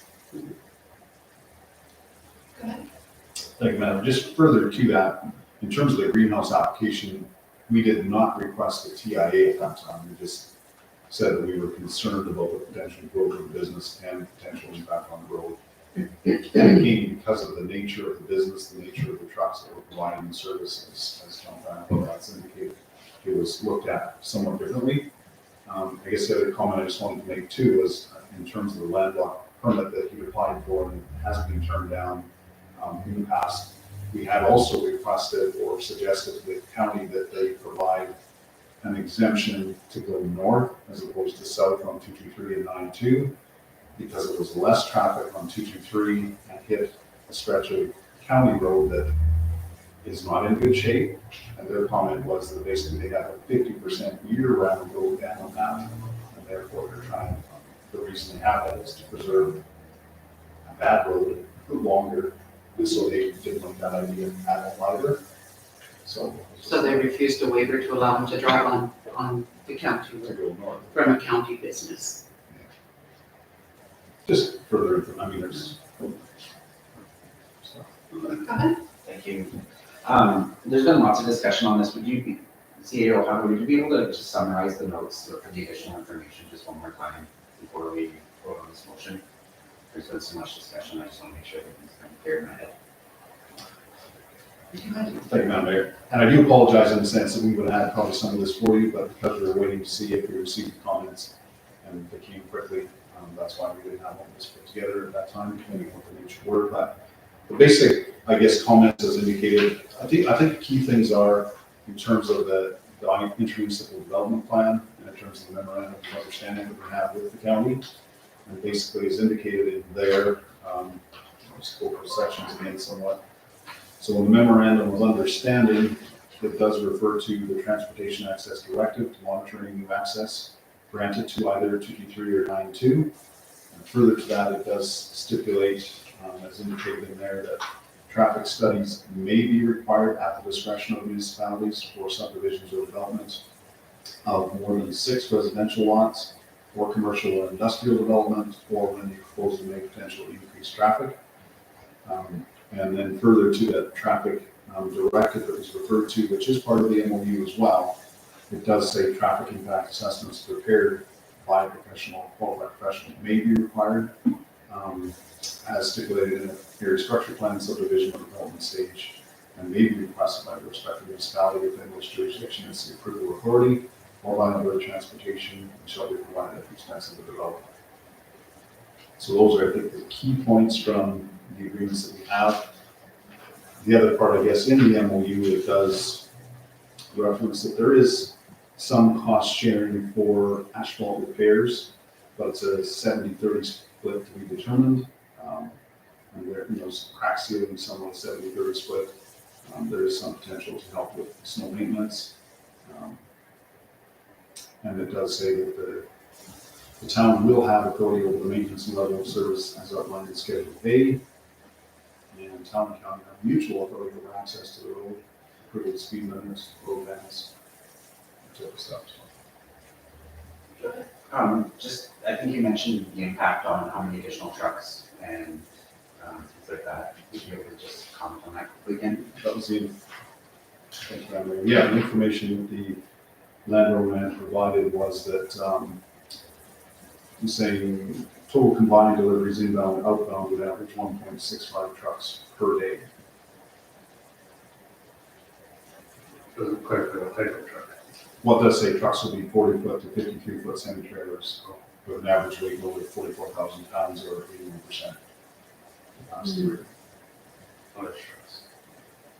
So semis, I mean, because this product would be as following as when initially sold it, et cetera. I mean, even at that time, he was looking for waivers and stuff for to be able to haul larger loads because of potentially the season when the road bans were implemented, which he said was potentially some of the stuff coming from the States came in that road ban period. And there was a condition of sale at the time, which was not agreed to by the town at that time either. So,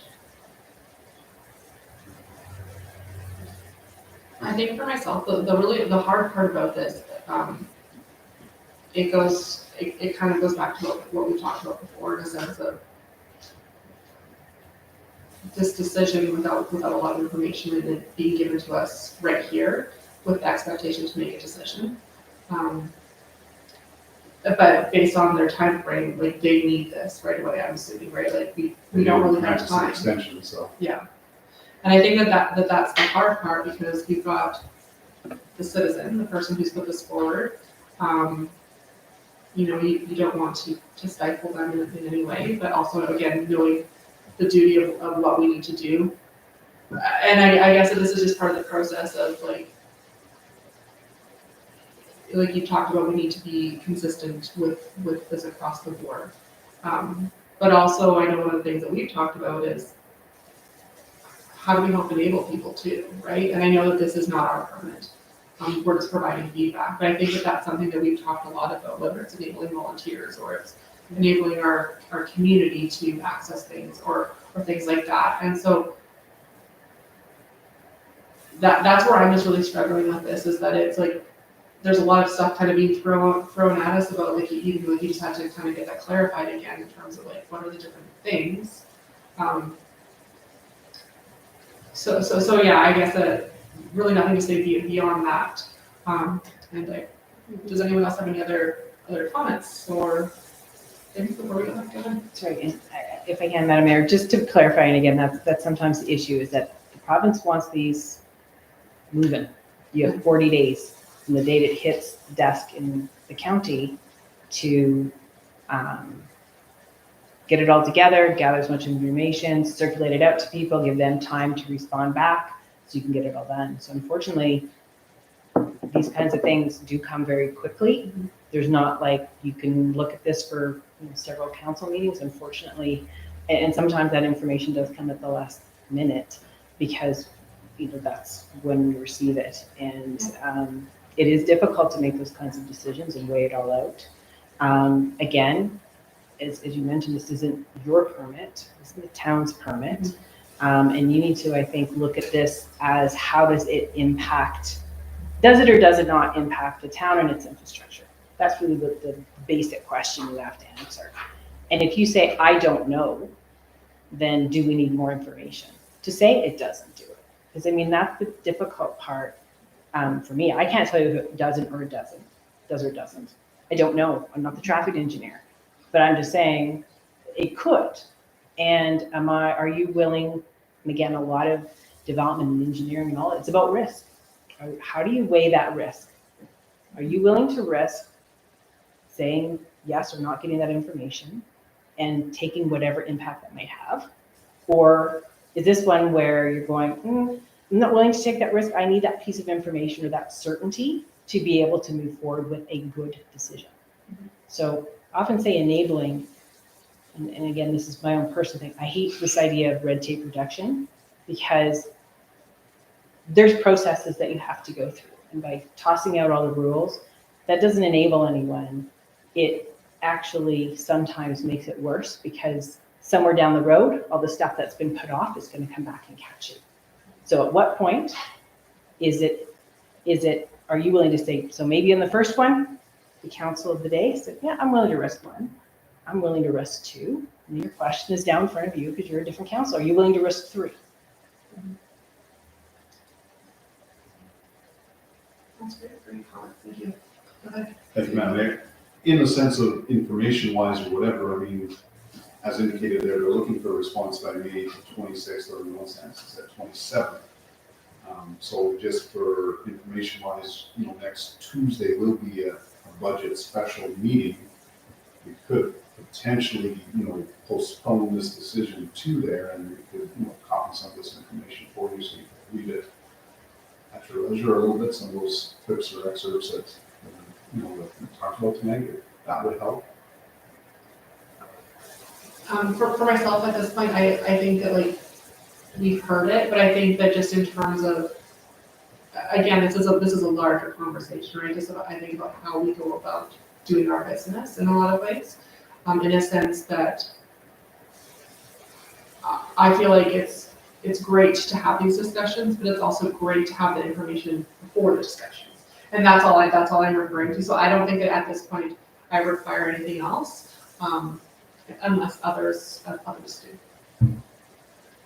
do. Councilor Ackland, I saw you had your hand up.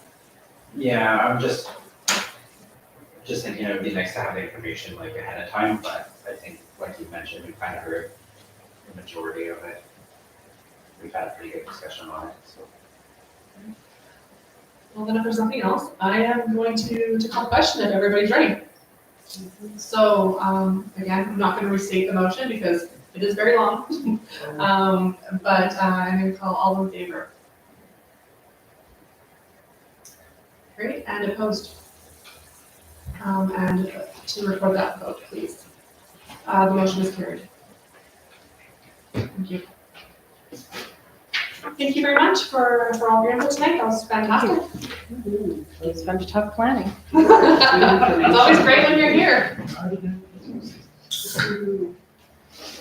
Okay, so we're going to move back into our agenda. We're going to 7C, the CAO report. And I'm going to turn this over to you, CAO. See if there's anything that you would like to highlight for us within that report. See you later. Thanks. Okay, thank you, Madam Mayor.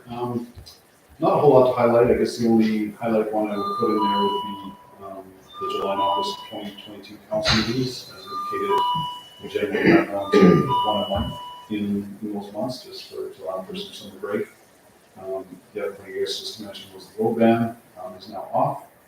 And then the other item coming up, you'll see we will get hopefully some parade invitations. We did talk about whether or not we wanted to bring a quote to some parades. This one's a little further removed than what we usually have done, but they always send us the invitation. So they will kind of be listed here as per we get them, and then provided some council members are available. Just determine that at a meeting, and then public works will get the quote ready, make arrangements for whatever we can take them to wherever. We've been there once before, haven't we, at Telford? No. I think the mayor and Lauren would have went out. I recall that. I think Creek we used to go to, but we used to go. What is Crow's Nest, even, I think. I'll put this in C2 hours. It was really far down. I think it's their 50th anniversary or something though. It seemed like it was like a special one. Well, just the name, Alfred Wildcat, it's really dead, dry. But the 50th would. So with that, we don't have that on the agenda anywhere else, right? It was just in this area. So just like a couple of different things. And first of all, let's start out, I guess, with the council meetings. So it's being suggested that we have them on July 12th and August 9th. Just for clarification for me on that, there's no committee of the whole at that point. It's literally just the two council meetings. Potentially, there still could be a special meeting if necessary, or Okay. maybe the whole still do happen. Especially in July, August, generally less than myself, take holidays roughly at the same time. So July, after the 9th, pretty much shuts down other than emergency. Okay. July, we could still have one or two committee holds in between possible. So. Okay, great, thank you. So I'd like to make a motion about our summer meetings. So, Oh, so, okay. I move that the council of the town of Clovis hold one regular meeting for the month of July 2022 on July 12th, for the month of August 2022 on August 9th. Any discussion? Well, I already know my holidays on August 9th, so we'll be there. With the third Tuesday, perhaps be better. We're gonna run across somebody's holiday, I feel like anywhere, so I just thought I'd mention that in case maybe everybody is here with their. Go ahead. Thank you, Madam. I guess the following 2 weeks is when Les and myself are off on holidays. And for that matter, even our new guy may be missing a few days too, because it's what he was expecting somewhere in that neighborhood too.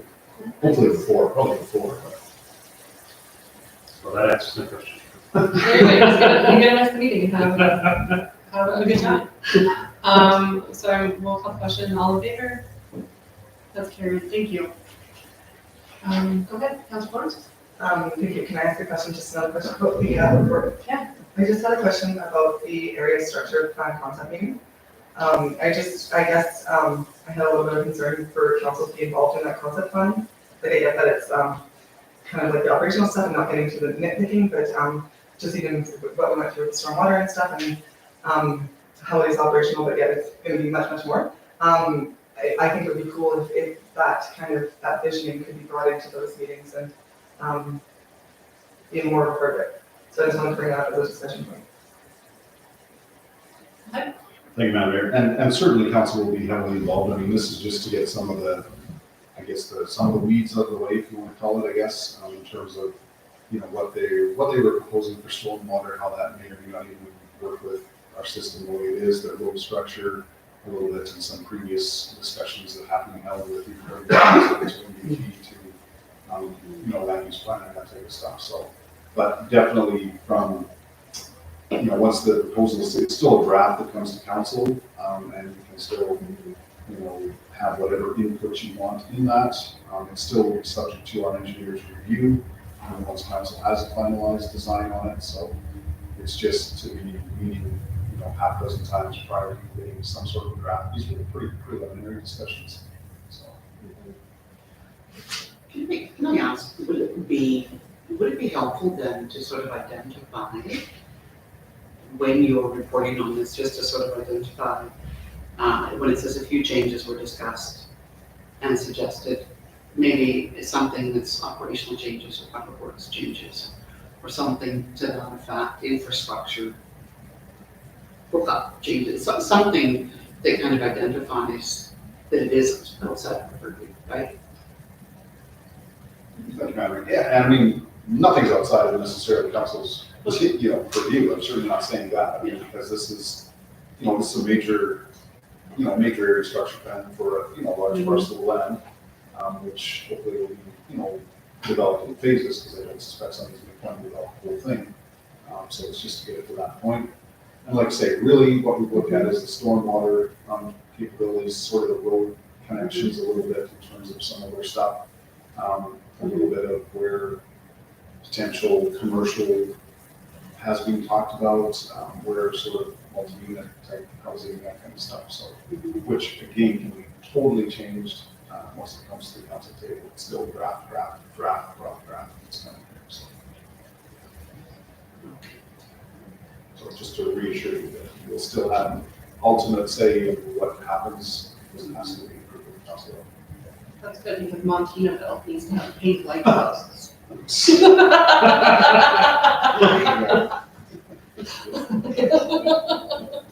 be prepared.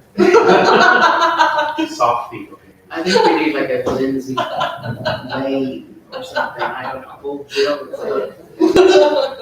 little much. No.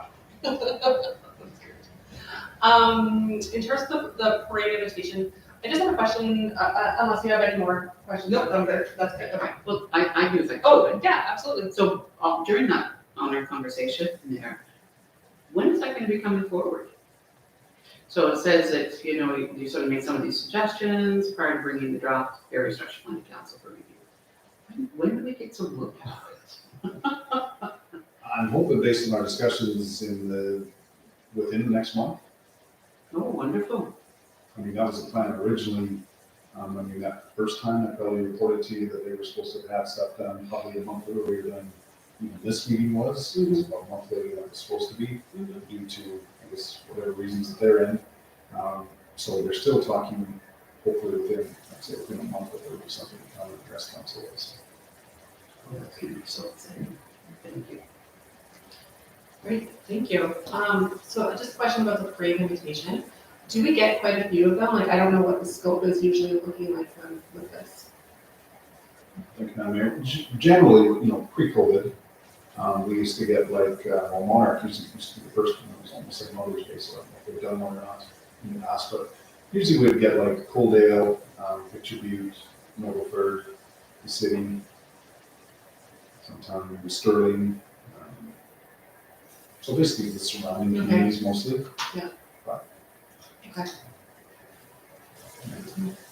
Great, thank you. Okay, there's no further questions. Can somebody make a motion to, accept the CAO report? I move to accept the CAO report as presented. That was a motion, I believe. Yes. Great, any other question? All in favor? It's carried. Look at, I caught one from you missed it. Usually it's me mixing things up. Okay, so we're just gonna go over to the council member reports and questions. So you're welcome to add anything again, we don't need a list of exactly what you've done, but if there's anything you'd like to highlight or any questions you'd like to bring forward, you are welcome to do that this time. I'm going to start with Councilor Florence today. I'm excited, thank you. I am taking the elected officials education program for land use planning and development permits, which is, it's been really interesting. I think that we're really lucky to have such a knowledgeable planner because I've gotten more from Diane than I have from even just the first session. So it's a really good course, but I think that it really just exemplifies our good planning. Yeah. And then on Monday, of course, we had the Public Works Appreciation Luncheon. So that was amazing. It was so good hanging out with our Public Works people. And yeah, I would just like to acknowledge the hard working Public Works team. And then just earlier today, actually, sat in on a webinar, pretty riveting, about the new LGFF funding. It's a little dry. So it was informative. So it was just about the new MSI funding stream.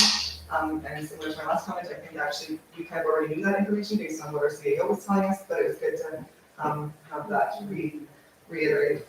And then I guess I had two other comments, and just one, it's just what I talked about last time is I just want to bring it up as something that maybe we could think about or look at addressing. But I do, I always want to bring up the internal committees here in this section, but I think it reminds people and reinforces the people who read, the residents who read the minutes, which councilors on what committee, and it's like kind of like a little bit of a source of pride.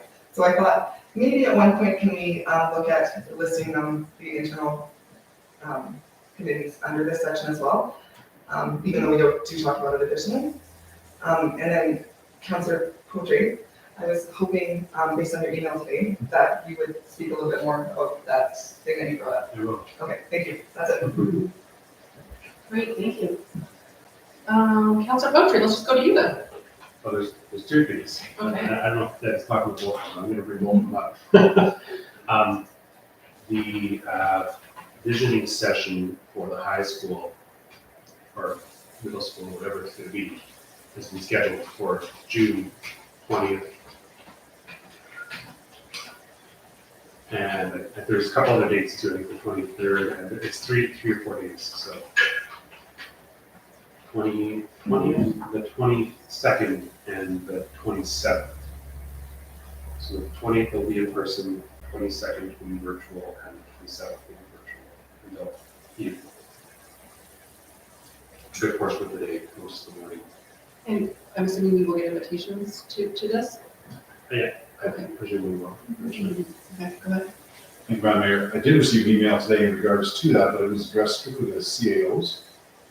And it said they were looking for 2 management people to attend those. It didn't say anything about council. So, Was this the facilitator or the? no, it was from the school division, I forget the girl's name. Secretary or something? Yeah, so, but it said that CAO, HUDA, and other management or administration persons who recommend that 2 attend. But it was administration, it didn't say anything about mayor or council or anything like that, so. Maybe there'll be a different invitation that comes out to that, but that's what I read today, but who knows? Hopefully we do. Okay. So we just have to pay attention. If I get something, I'll definitely pass it along to the church. I could go through the back channels and figure out some stuff and let you guys know. I guess outstanding is still our commitment to any kind of partnership on this project. And we don't have, after our discussion about the stormwater, and how we have to get some of those, funds towards that project still. I guess I would, like, I don't know. We need to have some information, I guess, is what kind of funding we have available, right? So, to that effect, I move that we have the administration bring those numbers to us, so we have that information to make a decision about what kind of project we can possibly afford as part of the partnership going forward.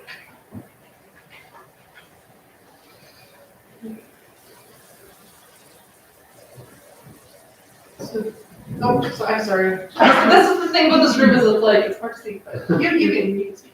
Thank you, Madam Mayor. I guess, further to our discussions that we had with that, as far as what we have as reserves or something to that effect, obviously, I can tell you what those are.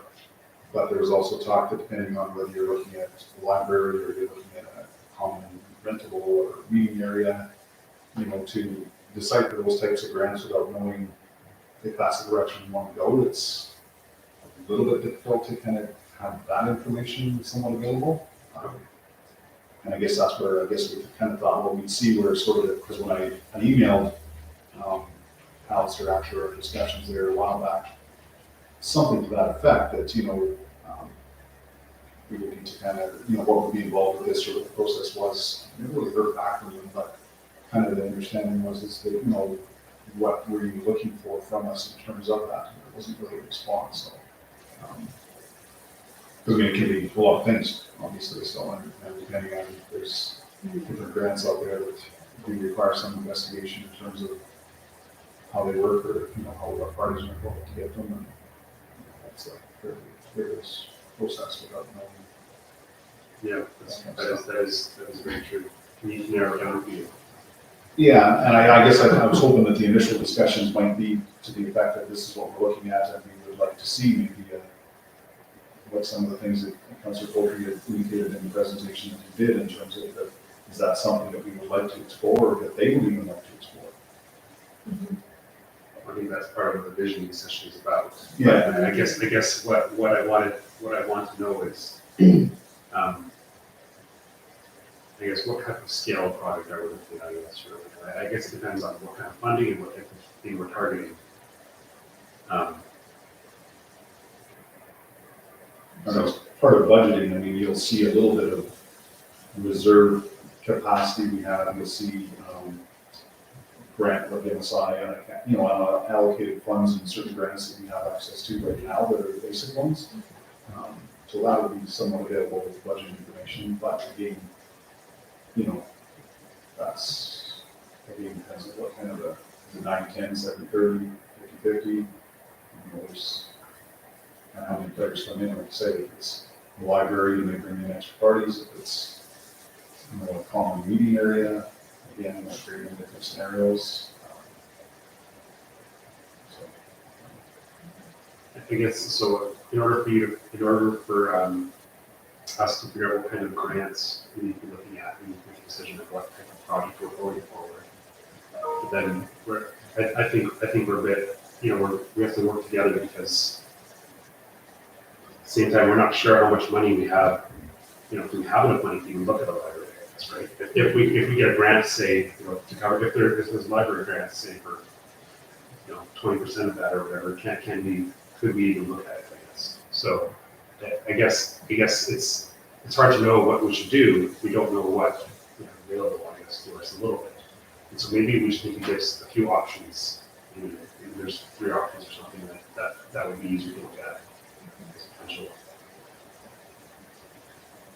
I'm going to go to Councillor Ackerman, then I'll go to you, Councillor Poultry. Thank you, Mayor Martin. I guess just kind of what Councillor Poultry is saying, just having a cost breakdown of the wetlands project for, like what we've already had to pay with that and what we have outstanding or what we have estimated outstanding. And then if you look at what we have in like MSI funding and the reserves and everything, just kind of have an idea of after the wetlands is paid for what we would have available. even if it's pre-grant money for an option here, I think that having some rough numbers of dollars available for the visioning session would be useful, so that we have an idea of where we're standing. Because right now, yes, there's a lot of money available, but it seems like a lot of that money is still not necessarily earmarked, but kind of earmarked for the wetlands project. So I would just like to see exactly where we're at on that. I think that would be crucial information that we need. Good point, thank you. Councilor Florence. Yeah, thank you, Scott, I appreciate, or Councilor Evans, I appreciate you bringing that up. And then I guess further to that would be just, if CAL, how that is going to attend that visioning session, that bringing some of those sentences out, even this conversation about, and hopefully get a little bit further direction on what they're looking for and, how we can work together with the mayor and with council to complement that and move forward. Yeah, I can understand it's kind of hard both ways, right? Like, where do you start with this? Is it based on project? Is it based on cost? But I think that everyone's kind of putting the point forward to say, like, can we only afford a room, or can we afford a swimming pool? Like, I don't know, that's not gonna happen. But like, can we afford something of that scale? And so what scale are we looking at here, in terms of this type of thing? And so I think that if we could just kind of see those reserves, and then, so say we decide it's a library, then we could say, okay, well, with the library, we could potentially do this type of funding, and kind of look to figure that out a little bit. I do hope that it is a little bit of a co-creation type of thing though, because I'd be very curious in terms of like, what are they looking for too? It's not just what we want to see, so that we can have those conversations rather than us just coming in and saying, like, this is what we want, so. Well, I appreciate, I mean, it's good to, I think part of the thing is that we haven't done enough engagement to know a little bit, right? And part of I hope that our strategic planning will be able to have a bit clearer picture of what we want on program for community, right? So maybe it doesn't exactly ask the question of what partnership opportunity exists for the school, but hopefully out of that we'll be able to tell, oh, we need this type of facility in the library or whatever it is in our community. That seems to be the best option to pair with the school, right? We're not going to pair our seniors complex with it, right? So, I mean, maybe we could, I don't know, whatever, but I wonder if that's more of a, because we do have our planning coming up very soon, right? So in the next 2 weeks, we should have a fairly good idea about what strategic goals we want to work on. And I think it's important to prioritize in this discussion, because we talk about the importance of community engagement, but again, these timelines are just kind of kicking the butts. You either act or you don't. And that's where we're at when they're doing the build of the school, right? We have a certain time frame where we can engage with them and say, this is what we want, and then we can't any longer. Right, so. Yeah, especially if it goes to a D3 project with Alberta Infrastructure Management, and we have very little savings. Yeah. Except for this one. Go ahead. Thank you, Madam Mayor. I guess the other part is, we don't even know 100% for sure, haven't been told whether even the existing land that we so-called kind of offered for the build is even totally acceptable. I mean, we've kind of heard via different sources potentially, but I mean, if for instance, it has to be in, say, the Walker property or Going Boom, whatever you want to call it, that adds a different aspect to it too, because that purchase of the land and designation of the land is something that does factor into dollars too for the town. Even though we have to provide school reserve, it is land that we don't own. That's a very good point too. There's a lot, and for what it's worth, we did request that over a year ago from the school, like once they did some testing on that, to come and meet with the town again to clarify whether or not that site was even acceptable. I know they've done some geotech and all that type of stuff on it, and we've heard nothing. And the previous mayor contacted the chair at the time and tried to set up a meeting, and nothing occurred as a result. So I believe the presumption is that it's going there, but again, it's not been ironed out at all. Yeah.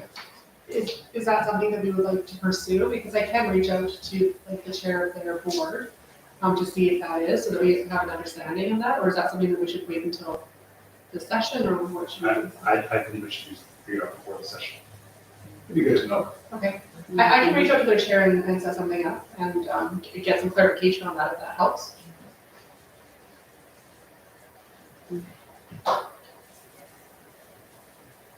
Thank you for continually keeping this on our radar. I love that you do that. The second item was the information session that I attended today, which I sent out an email earlier. It was a very interesting information session about affordable housing. And based on kind of the part two for our affordable housing and supportive living policies, or MVP, there are several items in there that I feel like would be easily addressed by some of the funding which this group has received. For example, council should pursue partnerships for market and non-market affordable housing. So what are some opportunities, right? We could ask them to look at some of those opportunities.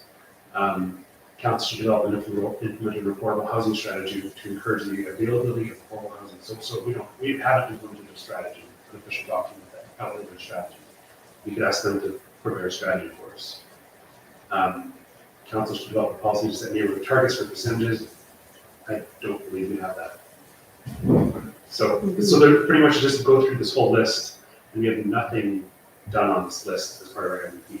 So we could almost send them, I feel like, every single, or at least maybe the top 3 points on this list, or even all of it, and say, we'd like to work with you on all of them. Could you, and because this grant funding is available, all they need from us is a commitment that we will follow through and implement these documents, right? I mean, we'll have a chance to review them, obviously. But I feel like it's an opportunity to move forward some of our goals and agenda items regarding affordability and support our residents in this a little better without having to spend more money. So If I could just, Yeah. Go ahead. so we engaged with them in the past. They used to be called the ARDN, Alberta Rural Development Network. And they were the first group that started our study in our community. And so, so they provided us a report that spoke about what our needs, to do a needs assessment, right? And so I know that we're required to do a housing needs assessment for the province, right? It is a requirement, I believe, that we have to supply them with a housing needs assessment. I don't recall being required. Yeah. In that session we had, it was just a framework that we could apply if we wanted to. Yeah, well, when we were at our retreat here, the other municipalities were talking about having to prepare them, that it was requirements, maybe we better explore that a little more. But I was just going to say that it wouldn't be a bad idea to maybe have a conversation with them to update what they've already done for us, and maybe roll some of this stuff in, if they've got the funding to do that, and we've had them here before. But I guess the first step is we have to find out if it's requirement that we do a housing needs assessment. Well, and they're bread and butter is needs assessments. They do them all the time. Yeah. Right. So And because they've already done work in our community, and, they found us particularly difficult. Because we don't have, we just don't have any sort of past data, we don't have any, I think they spoke to some realtors, and we don't have any housing, right? And so, so they've had us figure out, so we might be a fun challenge for them, I'm gonna try again. so what all they're asking for is a brief description of what we want and a supporting letter, and then ongoing monthly meetings for staff. And I guess that they want all the people participating in the funding to meet monthly and kind of share what they're doing. And then obviously as the study is completed or whatever we're doing, they can share those results out with us. Who was it that put it on today? Do you know? The lady, there was actually 3 of them there. I can't remember the lady's name though. She was a master's in planning and interior designer. Great. Well, Councilor Florence, you had a question? No, I was glad we were able to go, I didn't want to go to the meeting.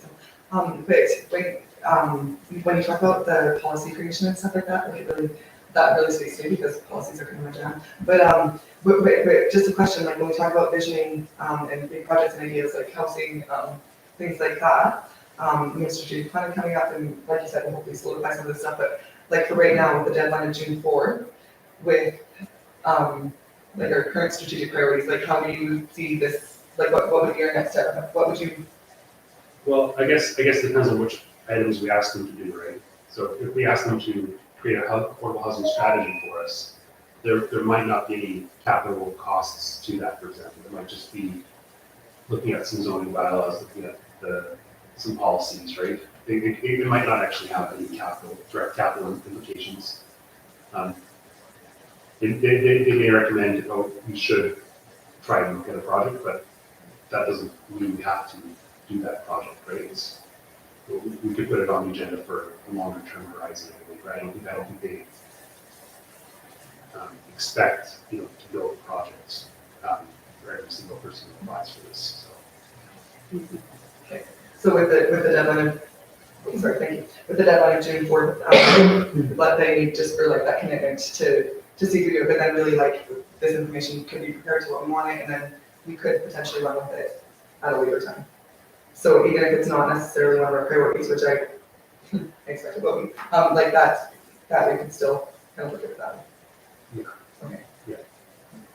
Thank you. But they are definitely eager for people who want to move quick, is what they did. They did say that. So, I mean, if we looked at it in terms of some of these other more fluffy items, let's say, that are just policy items or bylaw related, that has no capital implication on our future capital projects, I guess, right? So it's just more in terms of how we develop, let's say, the Walker Quarter or zone our properties going forward, our land use power review and so on, right? So. I'm wondering, would it be worth a conversation or even just like a brief description of what we want to achieve? Well, like if we have like nothing, to kind of say like, where should we start? Like we have the previous assessment that they've done, say like, we've got this, but that's kind of all we have. And then to see what their recommendations are about where we should go. Well, I think we have, I think if we're just looking at some sort of policies and regulation kind of things, then maybe we stay back, say this is what is in our MVP, we're looking at more of the policy regulation side. Can you provide us some type of scope to review, provide recommendations or policies for those? I think if we were to look at our MVP, we do have some in there around housing and the need for sort of community housing. But it maybe could be a little more robust, but I know that we have it already in place. Yeah, that's what the email, I copied it in there. It definitely does say that we should be doing all these things. Yeah, It's just missing that next step, right? We're missing it's a gap between this is what we want, but then how do we get us there, right? yeah, and so maybe we're not asking them for policy direction, maybe we're asking them for action. Well, Direction, how to translate policy into action. well, that's what I'm saying, but some of those policies, some of those things, actions could be policies. Right, so like for example, our percentage, right, should develop a policy to neighborhood targets for percentage of housing units to be developed as affordable and attainable housing, right? So we should do that, that's what MVP says, but what is the appropriate percentage number? We don't know that number, so how can we implement it, right? So somebody has to work to evaluate our town to decide to provide recommendations, right? So that is a policy, that is a policy action that does lead to results, right? It does, sorry, thank you for clarifying it for me, yeah, it absolutely does. So Councilor Cochi, would you like to make a motion that we pursue this? Yes, Okay. yeah. I move that we pursue the partnership for enabling housing choice with the Rural Development Network. All right, any further discussion on this item? All in favor? Just, yeah, use. EUR. Pursue the partnership with Whatever. with the Rural Development Network.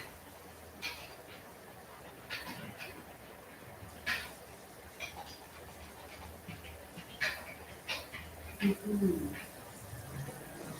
network? We pursue the partnership with the Rural Development Network. Pursue the partnership with the Rural Development Network.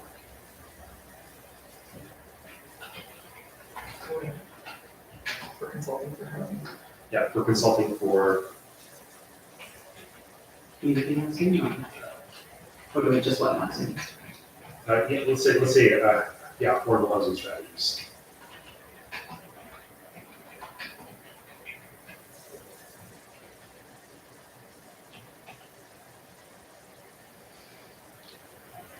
And so with this, just for clarification, are we also requesting administration to take on this role of doing this? Yes. Would you like that added in here? Yeah, I was, yeah. By administration.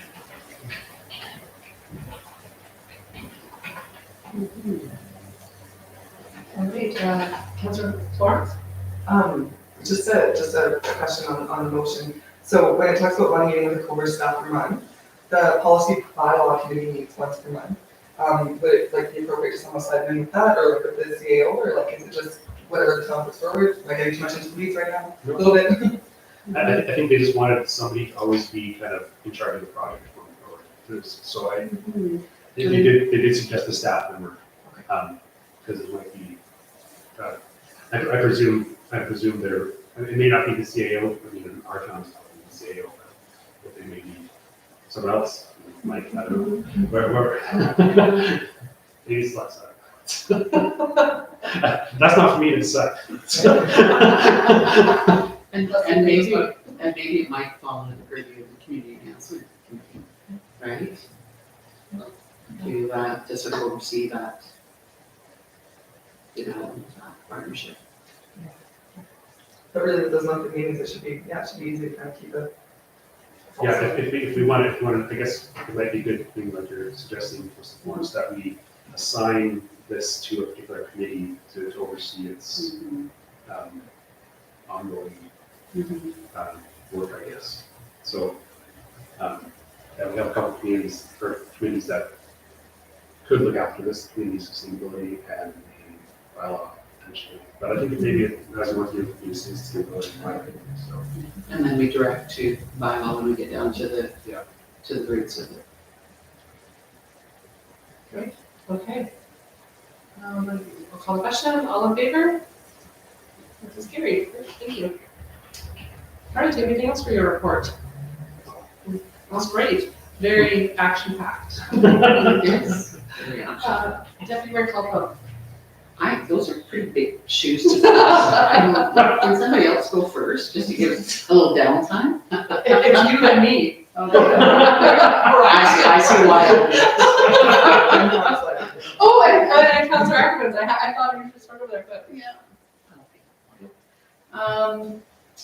Let me see what we've got here. So I did complete the council's role in service delivery, and I enjoyed taking that course. I've got some great materials that have come out of it. And it really helps to, I guess, give me some clarity around how we explore service and if we're looking at a community of service excellence, what might that look like for us? As well, I attended the Green Acres Foundation retreat. We had Alchemy Communications there, and it was an amazing conversation about government communication, or government relations, and how we communicate with our current government. So much great information.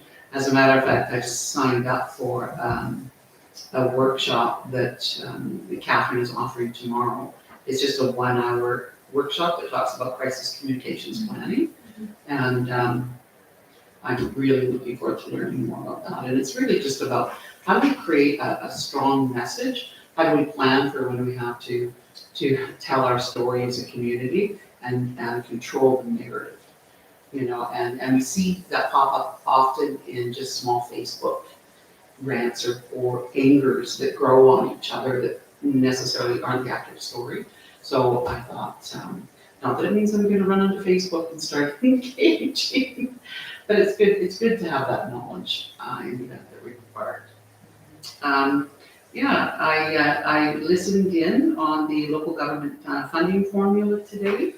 And unlike you guys, I actually did find it super riveting because the local government funding formula is like a 30% decrease of MSI funding.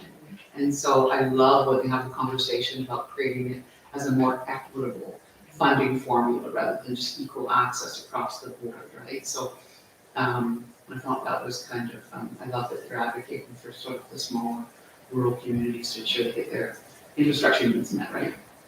So I know, let's talk about sewage lines, I'm there. That's great.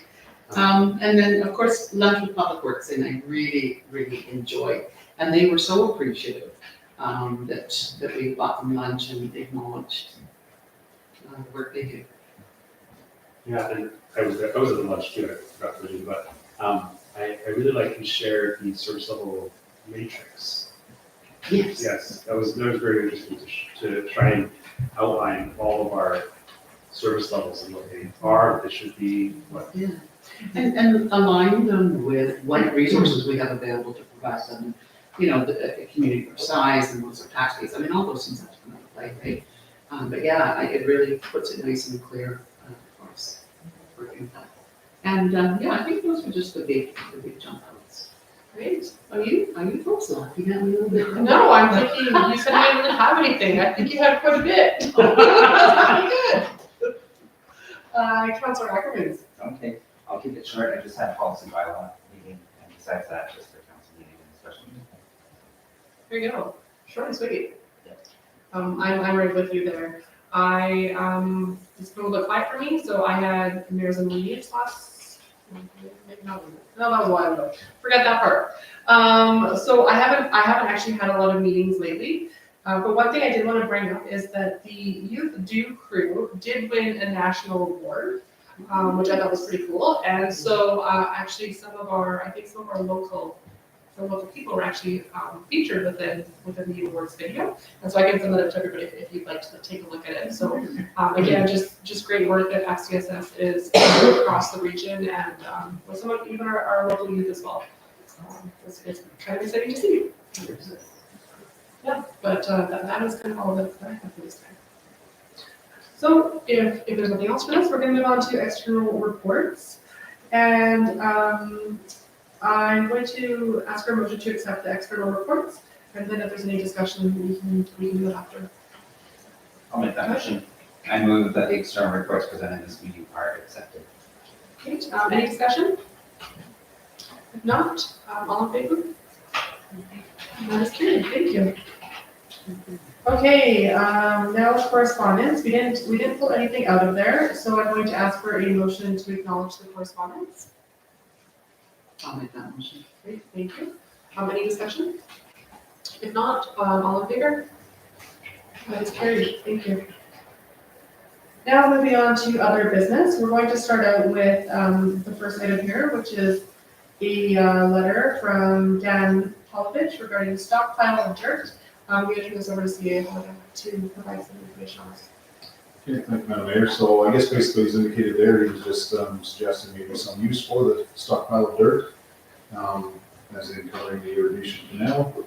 However, as we've indicated, that dirt is technically not ours. I mean, we have two contractors digging it out for the purpose of utilizing it for projects they're working on.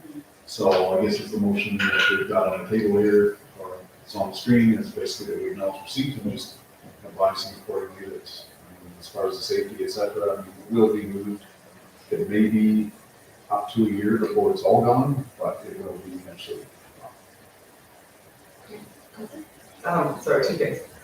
Just to clarify, don't we have only 8 months to move that dirt? Well, yeah, there is a period. I believe they have up until almost into next spring possibly, so. Okay, thank you. And then I guess the other thing is this is something that actually came up in the land use from the EOP is just that maybe that people are not correct in whose job is what. And so like taking dirt to just work with the irrigation district to like fill it in, like it's a little bit more of a process than that, right? So I think this just kind of, it lends an ear to maybe something that in the future we can talk about, at an open house, like who does what, who can be responsible for what. That irrigation canal that runs through town, it's an LNID, and it's not that simple. And it's a big deal, so, yeah, what can I ask though, what was the response, or what will be the response, just like including some information and getting that from you? Yeah, thank you, Mary. Yeah, I think basically just indicate to them that thanks for your letter, you're bringing it to our attention. However, just so you're aware, it is part of the constructed wetland, and we're agreements with contractors for the removal of dirt for the pond, as well as utilization of the dirt for purposes of their needs, and obviously they paid for it via their work, or we paid for that to happen. We can also indicate, I guess, as you said, a little bit, that the LNID is a separate privately owned scenario that we would have to work out something in terms of covering that. It's not just as simple as dumping some dirt over the pond, pipe on it, covering it, or whatever. It's not quite that simple. And there's a cost, and we've had those discussions with LNID in the past, and it's not at the top of their radar at this point. So, yeah, just basically simple information back to them. I'd love to see at a future open house, the walking trails just be a discussion point, and even with the upcoming changes with the chaining stuff, and just with if they knew in general, and things like that. So I'd love that to just be like something that we talk to people at the walking trail and the stormwater fund, obviously, but yeah, because even the thing in here about children using the walking trail to and from, like just some education and discussion around that too. Because there has been studies done on specifically this, right, to talk about the safety and feasibility and stuff. Yeah, I was there before the walking trail was put in. I mean, people were walking and swimming, but I mean, if you hear the stories of what's been pulled out of there. Well, I've seen some of this stuff, there's some big fish in there too, like massive. So, yeah, we have open houses all the time. Like, we used to have one in the spring and one in the fall. And now that, the COVID guidelines are allowing it, maybe we should explore having a spring open house. We definitely have things that we can talk about. I mean, we have the new development or stormwater facility to talk about. We have our walking trail, and yeah, maybe bring up some safety issues around walking along the canal or having your children along the canal. I mean, what else? We have a number of different things to talk about. Seems to me there's a lot of change occurring. Yeah, absolutely. Go ahead. Thank you, Madam Mayor. I know there will be, with our land use bylaw and, obviously levy bylaw, obviously, those types of things, RCMP discussions we've had, we have a town hall meeting, we have the staff sergeant failure, and that type of stuff. So, but those won't happen before summer, in the fall time, probably the earliest. And we're almost summer now anyways. But we can have a spring one with the RCMP. They indicated, let me know when you're ready to do this. We don't have to have, and we can have one in the fall where we have our open house around our bylaws, the public house. It wouldn't be a bad idea. What does everybody think? And this might be a nice way to kick off, sort of the direction that we're looking at going with our community engagement. I guess with that, I think it's just a matter of, like, we're already in mid-May. We are. And then by the time we do our planning and stuff like that, like, we will be, as long as it's mid-June. I think that if we go anything beyond that, then we're kind of stretching it a little We're bit. losing people. I would say, early June, sort of following, I guess it would be mid-June following our, if we want to do it following our retreat. Yeah, that would be my recommendation, or else waiting till fall and then looking at something more regular and kind of keeping it off then, just based off of my thoughts, I suppose. So how much do we feel like people want to know about? Like, are people speculating on a lot of things right now that they could use some good information, that they would feel strongly enough to come out and have conversations with us? I would have to say that's probably very topic specific. Yeah. Like from my perspective, like, I think if we were to address the the dirt and more of that project. But I think that we would need to have a little bit more information too, right? Because we would be essentially sharing what we talked about going over to the communication. But like, it's not to say that we couldn't do anything. That's just my thought right now. And have a new staff sergeant to take yes to the community. I mean, I'm comfortable anyway. I don't think they have to be a big deal. I don't think they require a lot of planning. I think it's just a setting a date. And we just come in there with a little bit of an idea and agenda of what we'd like to talk about. And then we answer questions, right? So people usually direct what they want to talk about, but you're right, the big things that we know are going to be on the table, we make sure that we've got some information on that to share. But I'm comfortable either direction you go, if it's spring or fall. I think, man, again, I think with even the strategic planning thing, I think there was talk about it being sort of publicly put out there as well, so. Yeah. Obviously, by mid-June, we won't have that taken in hand on the basis of early June meeting, so, I mean, I think fall for sure, there would be a little bit more on some of those types of things possibly, but. Wasn't there a much tighter timeline with the inform regarding engaging the community on that? Wasn't he hoping to have it completed by July? Yeah, I think like the actual report for us is the plan is to have it by the end of June, is kind of my understanding. Okay. But then obviously for us to present it to the public or doing something to that effect, something from there, so. I think this is a great conversation. I'm going to suggest that maybe this is something we hope like to bring to the committee as a whole, or maybe in a future meeting. And I'd like to take us back to the motion for the proposed motion at hand, so we can just figure out what we want to do with this letter. So is there anyone that would like to make a motion regarding the response to this letter? Great.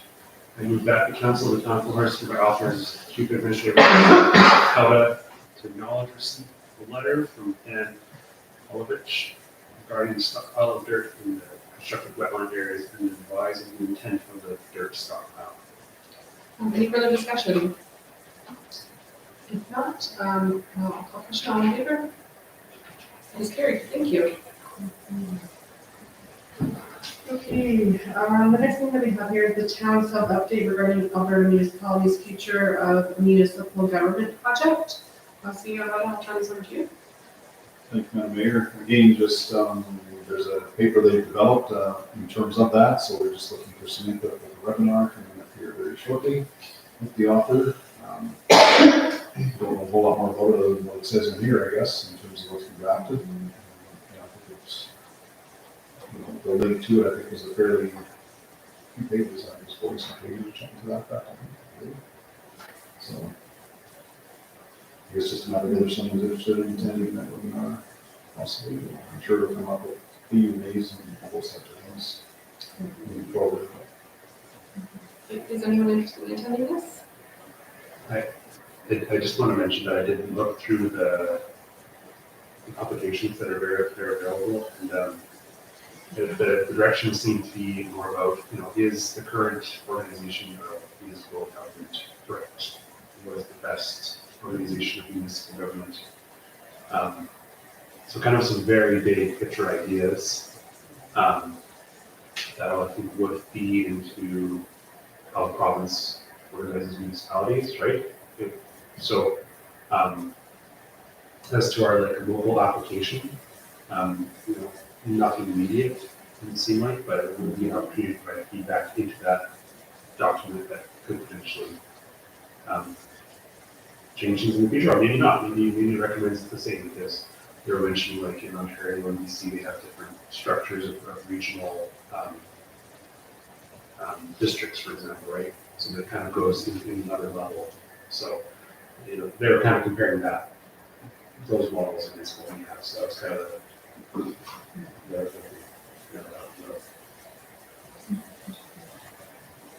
So is anyone interested in attending? I unfortunately cannot go. No. I was a part of years of redrafting the MGA. There you go. go.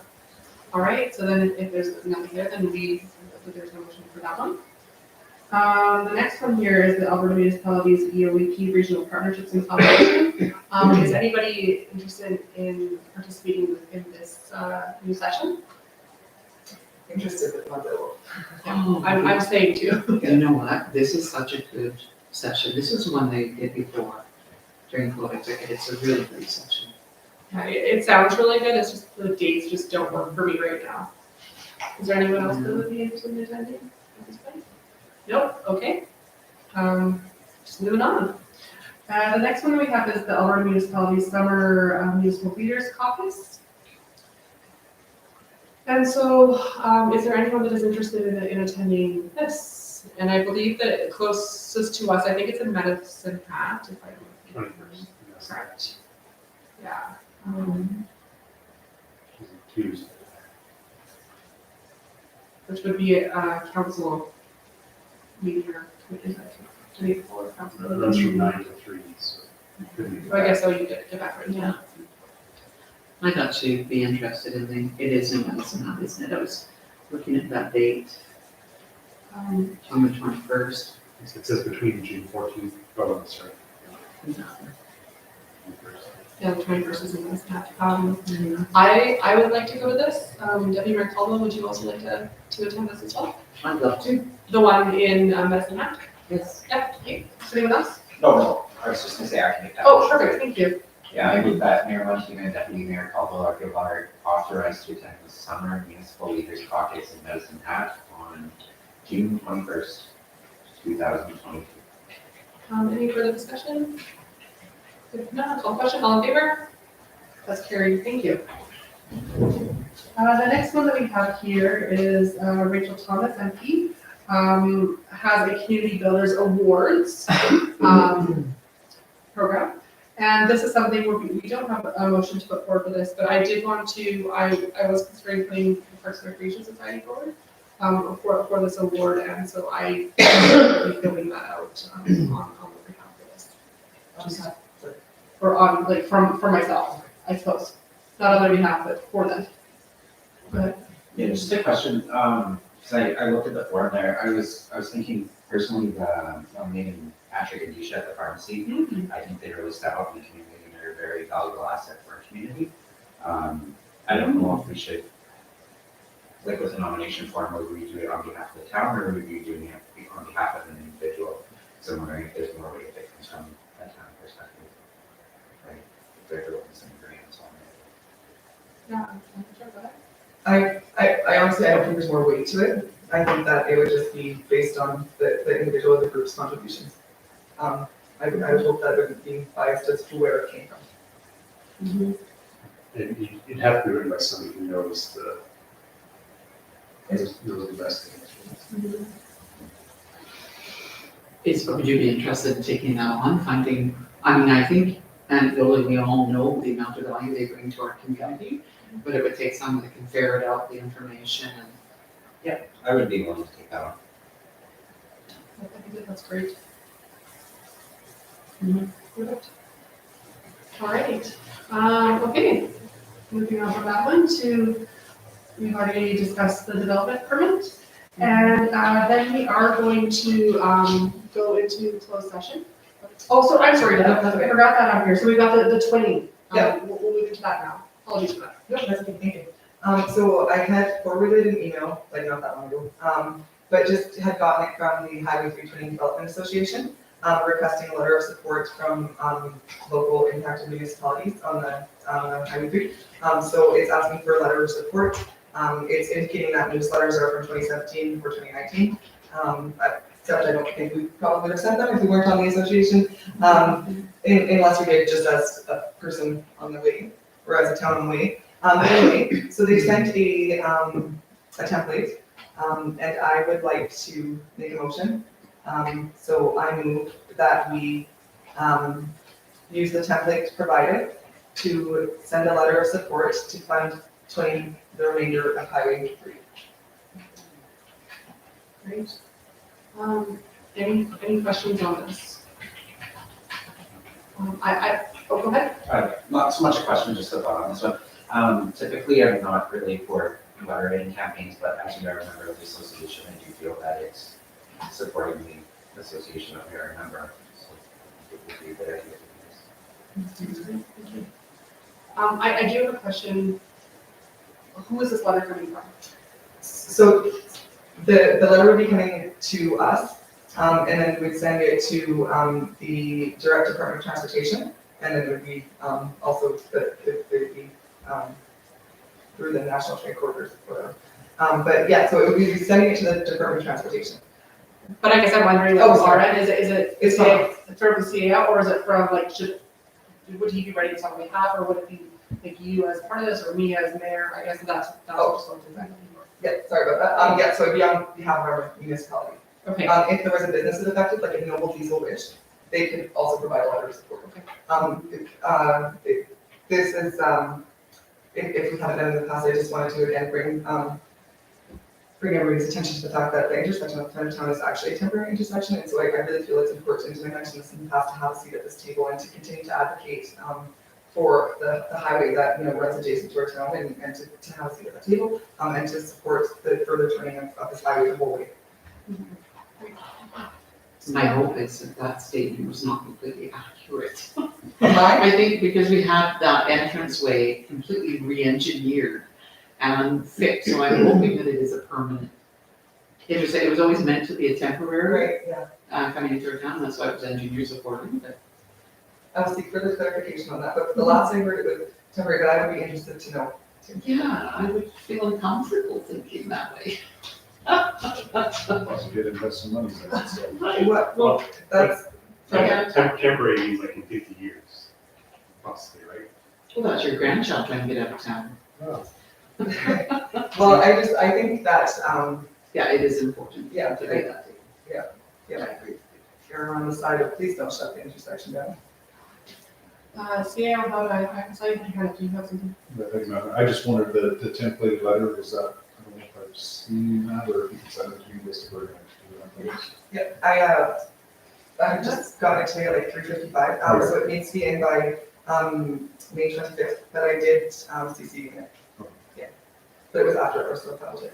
Okay, no problem, I just want to make sure I had it, because template. Great, any further discussion? All in favor? That's carried, thank you. Okay, so now we are going to go into closed session, so can I get a motion to go into closed session? Thank you. I move that we'll go into closed session at 9:38 p.m. All in favor? Carried. Oh, sorry. We didn't say why, did you? Oh, that's, I'm gonna have to go sorry, it's for, closed meeting for section 17. Wait, Oh, there it is. oh, section 17 of the Freedom of Information of Protection and Protection of Privacy Act at 9:38. Thank you. It's fun when the last thing they see is your hand coming forward. Well, it's supposed to be It's a quick. little menacing.